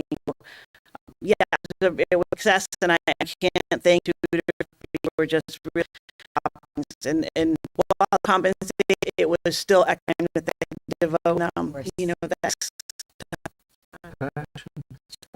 I'm curious on the one, but I know this is Southington's last is to do a much higher number who did graduate last year. Do we know that? Well, actually, Mr. Disno gives his presentation. This was the first reach and grab, right? As we approached in the middle of that first quarter, thinking and seeing how many students potentially fail for the year. That's how we build down that additional number of 107 to say, if we don't catch these kids now, they have no chance the second half of the year. As you saw from the data, there were successes, and there were also some kids that no matter how much we reached out. And as teachers, what do? We certainly try to engage and motivate. Heather wasn't exaggerating where it was a constant outreach for those first 5 weeks to say, come on, meet with me. We've got to do this, Some were successful. The ones that weren't, Mr. DeStefano, add the summer to bring those in up our we wanted for as many as could. And again, it's almost an understatement when you get these where kids completely disengaged and then test them keep with you're doing or should be doing now and up of it do extra in order to regain that credit. It's a testament to the work of the staff, but also the collaboration with families and the kids. I think we did we did as simple as we could in 9, 10, and 11. I think this is really going to be helpful in 10th graders who are still learning about the credit system and what this means and why homework is important. You know, they kind of, a lot of them were flubbering around because they didn't understand moving grade to that big transition. So this, I think, was very helpful for those kids as well. I have a second question. I noticed there wasn't, and I know the course has a different name, civics wasn't up there. So no. So citizenship in action, we did not have a volunteer write that. I was going to ask, was it the teacher issue or was it the not? Yeah, a writer issue. We didn't have anybody. Required course. It is a required course, but you know, again, we Juniors. tried, we tried, but we didn't really have a lot that didn't earn that credit this year. I think it was a small handful. That's a junior course. It's a junior year ninth course. and 10th grade students. There was a couple 11th grade. There was the English 3 was the big one because they need the 4 credits for English, so you got to really keep them on track on that one. Citizenship you could make up even your senior year if you needed to. So there was a little wiggle room. We weren't too concerned about that. But the English definitely wanted to make sure in the algebra. Thank you. Thank you, Heather. So I just wanted to, I guess you sort of mentioned it, but I guess it's just so important. So all of these tutoring, all coursework, it was on top of what teachers' expectations were already. Yes. And, you know, like that is time. It makes me proud exactly the type of parent I come in this community that we're above and beyond, and that's What I would say too, we were a big invite to everybody on staff, and for some of these parents to say, "Oh, I want to have this," I thought that really great. You know what I mean? You got to a situation or a role that they may not necessarily always have, you know, during the day. So that was really wonderful too. But yeah, the staff was wonderful. I guess my only other question that I'd have though, so in an effort to try and like maybe get more success stories out of it, is there any potential to, I know we were trying to engage parents, but almost like engage parents to like learn with your student kind of thing, and sort of like, again, like, you know, all right, I'll just do it, leave me alone, like you don't have to be on this with me type thing. Yeah. Or, you know, again, like just wait till your kids are teenagers. Yeah, well, that is. well, then I must have been a very different teenager. So I just want to say, like, this, the whole like changing of the credit and stuff. If I didn't get at least a 4.0, my mom probably she would have got the wooden. So you know, again, she was, why'd you get a 90 on that test? You didn't have extra credit. It's like, no, ma. Any junior in high school and a senior in high school myself, they get annoyed when they only make a suggestion of what they might want. I love it. Yeah, so I don't know if they want me sitting next. I can't wait. I have their make one quick comment, and it's just everything they said. One, you said, and this, I forgot which slide. You only got one. That is like so great, man, because I showed of the started in. I mean, and people, do you know how many thousands we have at school? Why didn't you go for more? Like, well, look at one that's 1 year. I love just that state, just vibes for all. I'd have to give it to Mr. because he's the one that said, it was kind of. Oh no, don't, it's sorry. Great, Heather. It was great. But it was, I'm gonna give it. It It was our Don't- guiding light. It was our beacon. 24 is much Sorry, Mr. larger. Pepe. They give you a lot of stuff up here too, huh? It's not we, it's Yeah. Mrs. Carmody. No, sir. That's all right, Mrs. Carmody. Our faculty meetings were kind of like that too, and our sit You meetings. know enough about me, don't Oh, worry. we do. James has a question. One more comment here? Sure. So this is, I mean, this is great. Yeah, just like what everybody, I agree with what everybody said here, but that might be a little premature. But are there any plans to continue this in the future or in the coming years? Yeah. That's something that will have require money, so that'll come from. One benefits of having the mod written is that we can absolutely access them and reuse. So it was one, as we talked to the staff, one of the selling features, I would say, that it wasn't just a one and done. It has potential to continue. Yeah. Yep. Awesome. Thank you. Mr. DeStefano. Good evening, everybody. Good evening. Ms. Allenback and I worked on our presentation separately, so when I saw her flow charts, I got real jealous. I'll have to work on my flow charts and illustration. I've always been like that, though. So I'll have to rethink how I do this. So normally That's a with nice summer picture. school, what's that? That's hers.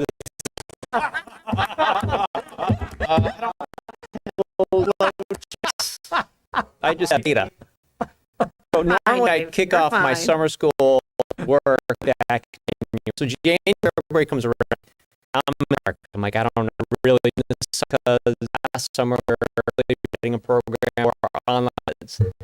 So, and we were on something. It was March, I think we agreed like the program was going to get a program that was going to be true, but not yet if it was going to be in person or if it was going to be virtual.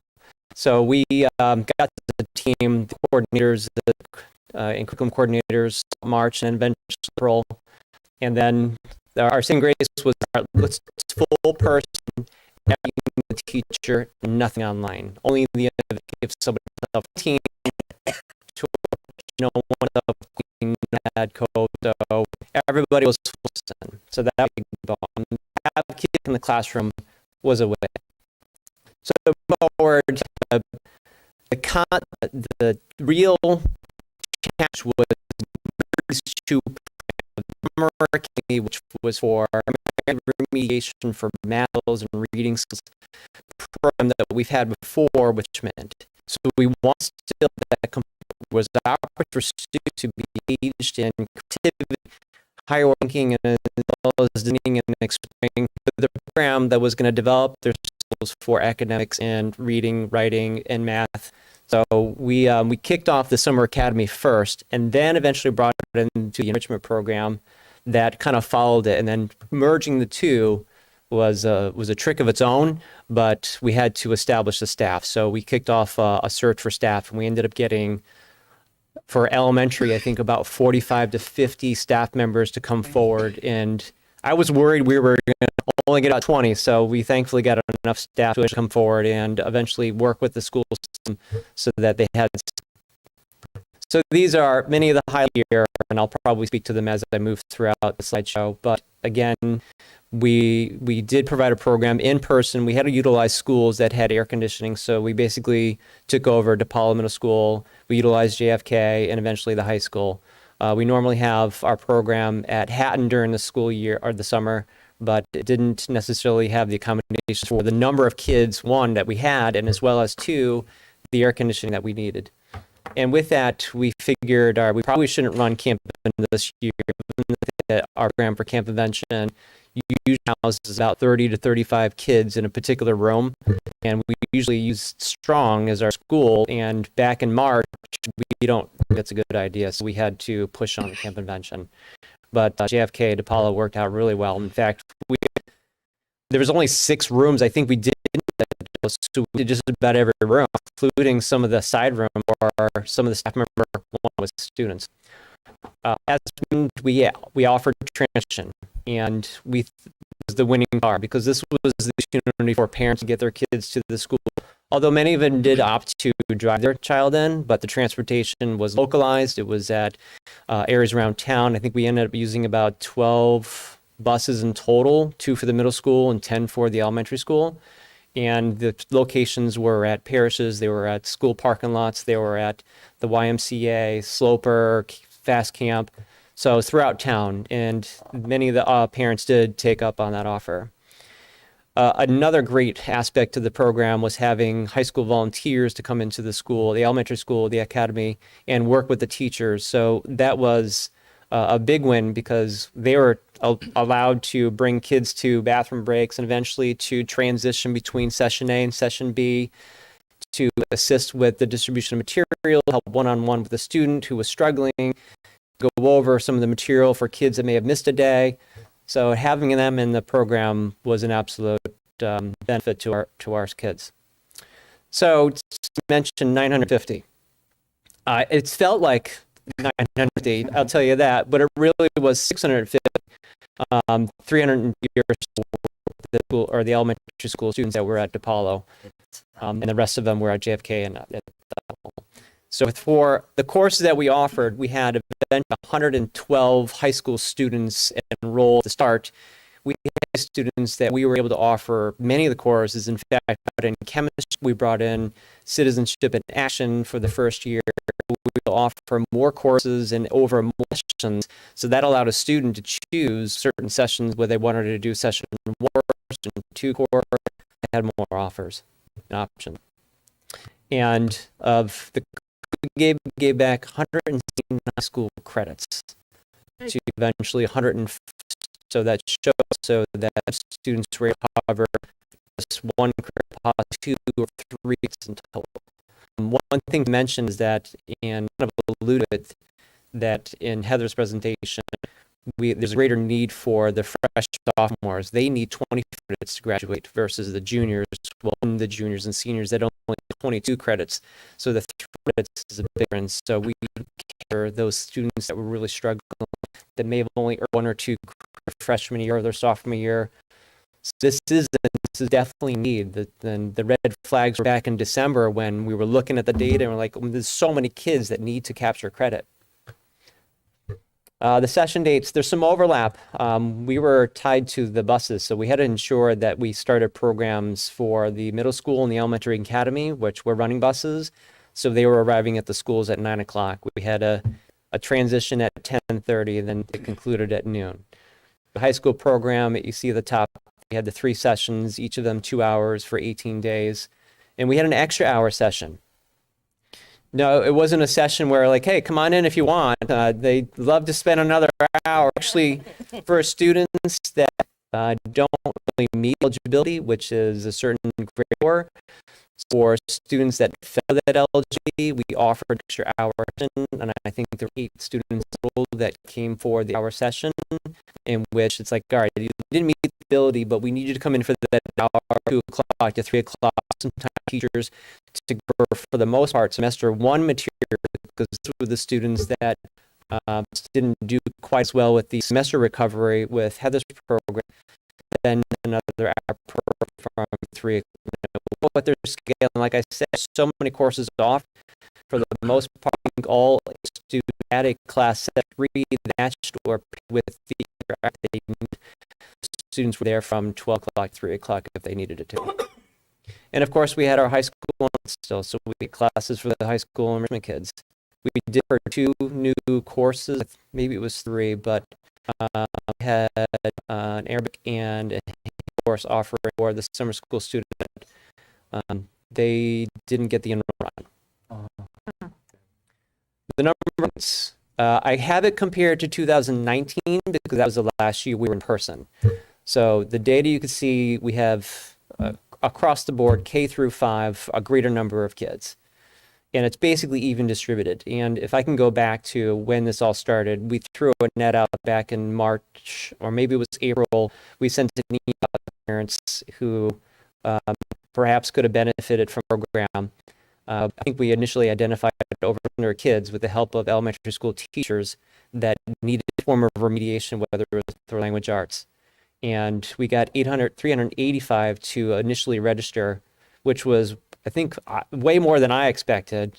Steve thought we were going to nail 320 on the dot, which I was like, oh, are you sure?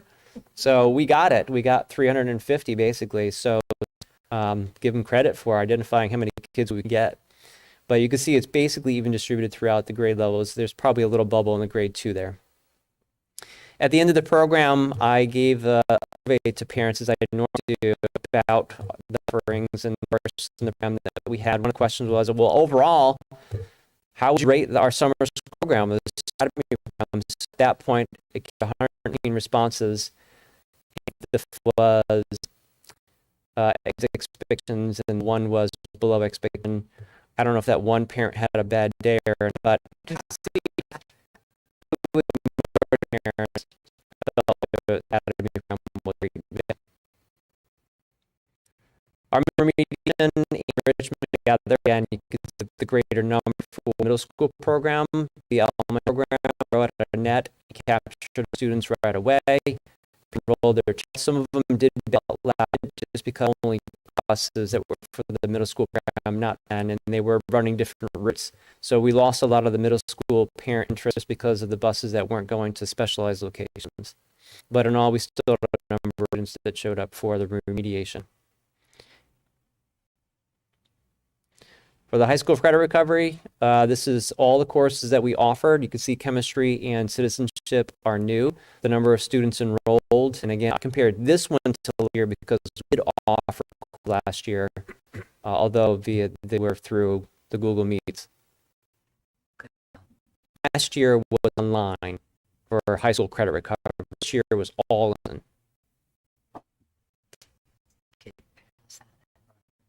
The number enrolled is the number of student sessions enrolled, to be clear. So the 214 you see is the student sessions. So there are about 105 students, so most of them taking multiple courses. And as Heather alluded earlier, junior English is a greater need for junior English.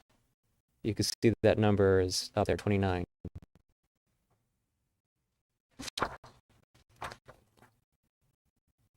This level and concern was 9 students. We have a number of 34. The question, how did it argue with 22 students? That's 7 years. There's 2 seniors that I believe need summer school credit and did not register. So we called, we got in, school counselor the first week of the time, come in, you need to be here. It just didn't register. The whole program was not wanted to do it online. School enrichment, again, the numbers are a little bit lower than past.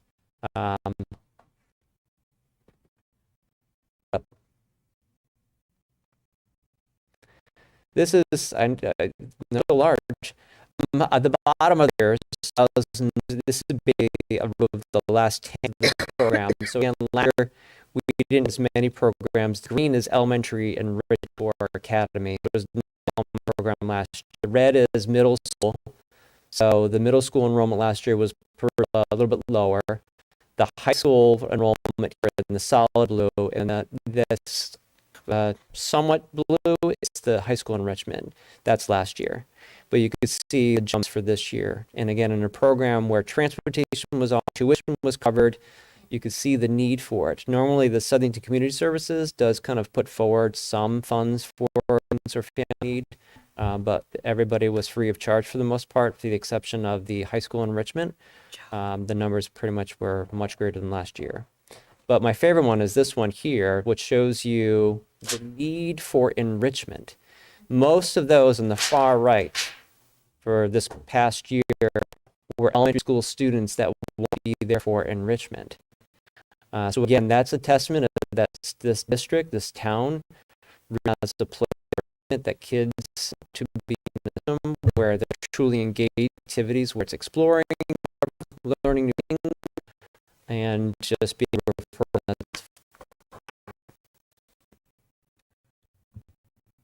So being your that in the future there continued lessons. The past lessons that's been taught in situations finance are not as anomalies, but there's a for our program kids across district 12, and if some get a program or special assistant or some system that will allow us to attend a program otherwise could do defenses, I think something that we can somehow, or at least find opportunities. Program with high school clubs, national, get 30 students here. 3 of them like they have super. I believe need 2 teachers. I 3 of them. If you don't make sure I know what you become, work for you potentially because they're funnel. Then need to stagger those start times. It was for some parents who had kids in elementary school to be in 2 places at the same time. I know the bus did arrive at noon, but I would say that we have somehow stagger a little bit for families to arrive at different schools. And it was a great program. We had a lot of positive feedback. We had 75 staff members. We had a handful of special ed teachers, paraprofessionals. It was a really cohesive group. It was the best program I've been a part of. Fun to be at DePaulo and with those teachers. The high school teachers did a great job of working with kids that had not been in the classroom for like a year and a half to a year. So to get those kids in every day and to work with them and to really help them transition back this year was one of the things that I looked back at as saying, this is when we need to be in person. We need good programs for kids. Great job. Both. Thank you all. How many years have you been doing this? Well, you get better each year. But I sometimes get Really. Why? Like, No pressure. No pressure. this like how this is like 2 years ago. This is it. This is not going to get any better. So, yeah. Wonderful. Just a question. Now, sort of tick up the, behind anything else. What are we sort of planning? Have we created any sort of cap we may have to look for, like a year from now, 2 years from now, and Heather may know more than I do. He attends the meetings during the school year, but I'll tell you personally, I still find that kids are struggling to find their place. Right. I have 5 different classes, and I see the gamut. I see kids that have kind of bounced back and are in a routine of like getting work done and doing the things that they need to do. But I also see a group of kids that need social emotional support. They need like the parent figure. They need a system in place where they can work together with other friends again and be just literally in a good emotional place. I had a chance to talk to Mr. Pepe a few weeks ago about, some of the classes that I have. I have a class that, they're right now, like academically, they're not quite there. But right now I need to show them that I am there for them, whether I'm the teacher, whether I'm their parent figure, their role model. They need support. They need support emotionally. They just need to be in a good place. They can't learn if they're not in a good place. So kids in general are struggling to find themselves academically. Right. That will come around as long as we provide these emotional supports. So in my mind, I think if I were to take a snapshot of, what the grades probably are, I'd say we have some work to do. Yeah. But we have to somehow find that balance of how much we push them versus how much we support them academically and physically and emotionally so forth. So not physically, but emotionally, how much do we push them? I might get in trouble. Yeah. so we've had this question has been asked extensively in the Finance Council. What are you doing with the funds? What are you going to be doing with the funds? You guys all know the cost of daily transportation is not cheap. We have a bus contract, a transportation contract. to the cost of staff, and all of the services that we offered, nursing, support that needs to be there, office and clerical. I have that many students, larger than most of our elementary schools, about the size of one of our middle schools that's being run in the summertime. To the finest details, where David worked out getting the elementary desks moved up to the middle school so the kids were sitting in seats that fit them in the conditioned space. No stones left unturned. So it was free. And it's interesting to me because I when I first got here, I said, there's often a correlation, unfortunately, with socioeconomic status. Sometimes that kids may be considered at risk with the supports that we need. And we said, don't charge them. They'll have no investment in it, and then they won't. I think it was that of the wall. We didn't, and so maybe not everyone, as we talk about, but offering support. So I do think we need to get creative with revenue streams to figure out how to sustain this beyond the relief money that was here. That money was put back to supports for kids. It's not anywhere flowing there and targeted to bring. And we'll talk. But I know you've heard about that, but with me about the emotional behavioral needs of kids, kind of monitoring that and what we can do to support that as well. That's where it should go. So thank you both again. Thank you. Thank you. Thank you very much. Thanks. Moving along, next on our agenda is the superintendent proposed goals for 21-22, which we all had a chance to read, which are very well done. To answer your first try at this.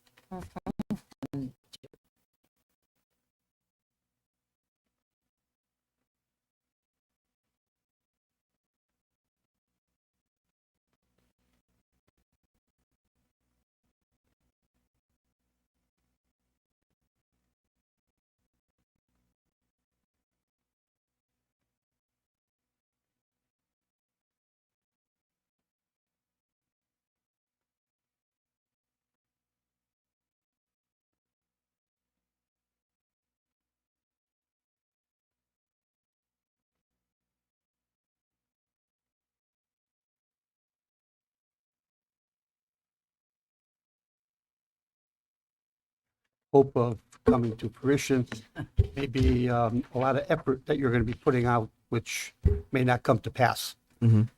And, the 3C, for instance, develop a classification academic program and paying for considering in the November 2022 referendum. We've got a lot of other that we're getting hope in elementaries, and they've been in since I've been board. Everybody knows how I've been on the board. We've got some schools that are in need. Not that the Karen Smith Academy did, but I'm not sure that would be something that more effort should be put in place. Maybe it should be a board goal, for planning purposes, but I think we need, as a board, to prioritize what we want to take to the town. Because to do them at one time, not going to happen. So the good news is, the way that it reads, we had you just these goals, and things that are not programmed, maybe revisit that, and that's like put it to 23 goals. I would. The only reason why I included that was because of the entire Aronofsky project, and then the potential for what would happen to the Aronofsky Elementary School versus building a new school behind it, and then what does the site plan look like that would allow for future use or home of Karen Smith Academy with just something as simple as a test fit and develop X. I have had conversations with the town manager about that. We did present to the town this May about a need for that as well to be. I definitely see what you're saying, and I actually looked at it and thought about it and waited, and I was like, it's my conversations with the manager should include it as part of the project, given that it's the scope of involvement with Aronofsky property if it's going to stay there. Then the board would eventually vote on and decide and determine. A elementary project committee, you guys, the board really should steer that. My job is really to facilitate and make sure we stay on track with, educate, and engage with the family and the town officials.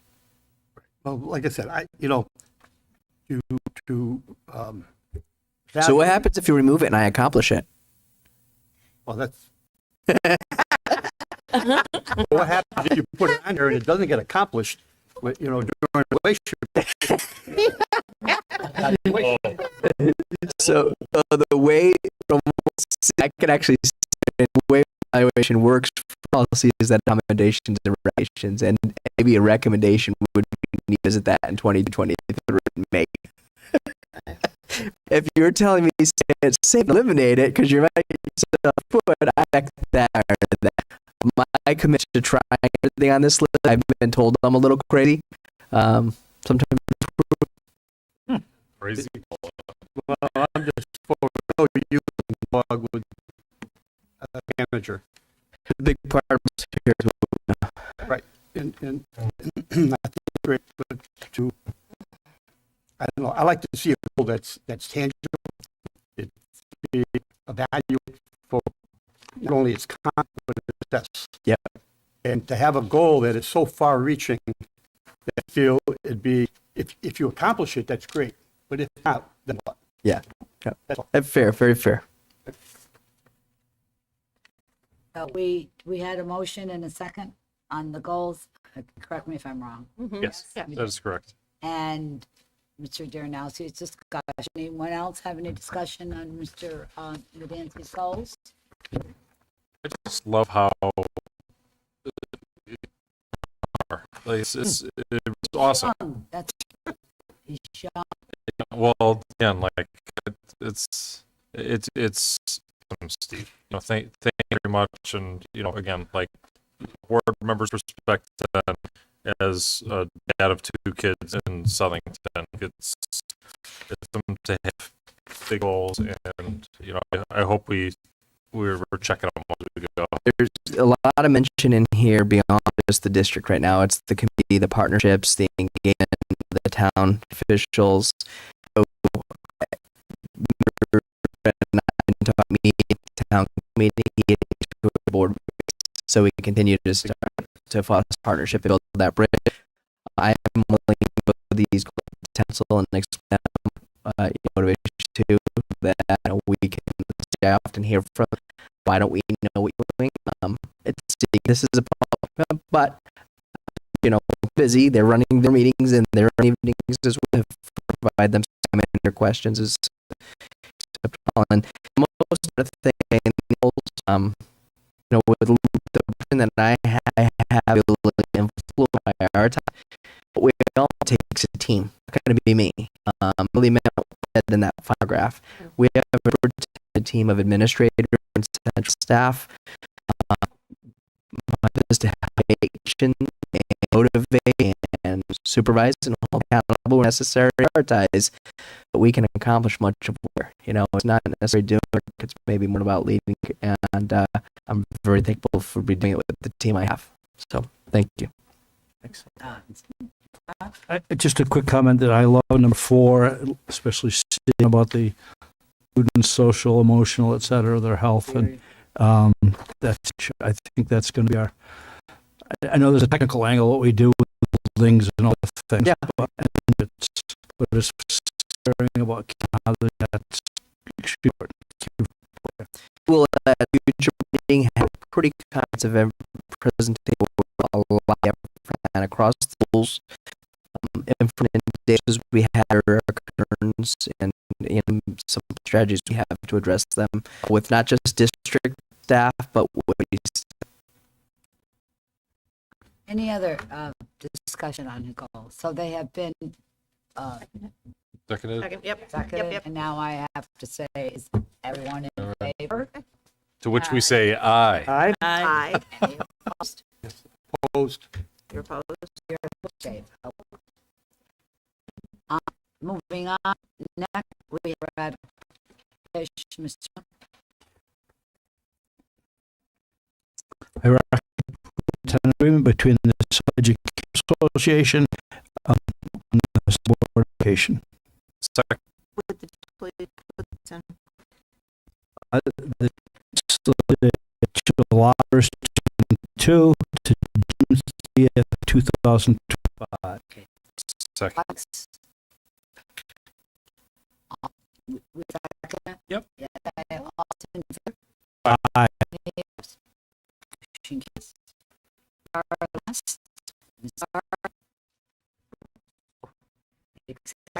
Move to park of elementary school. Provide electronic. We were approached by parents, a kindergartner, kindergartner at Durham Street. The benefit from the kindness for non-organization. God with the derby and comes in a variety of color. Today's kind acts touch everyone. And the bench. The bench is special significant meaning for 3 ago our daughter gave birth. This third donated her name. There's currently located Rainbow Playground Panther Norton School. If the board I will you. question, we have a second. All those in Oh. No, Zaya. Zaya.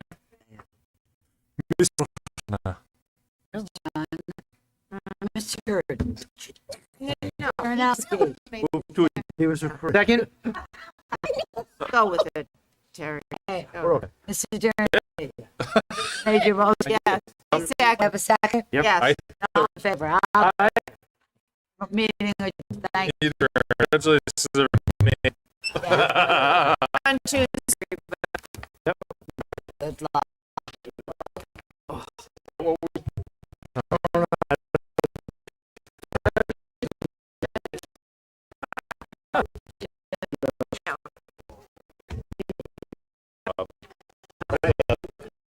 Very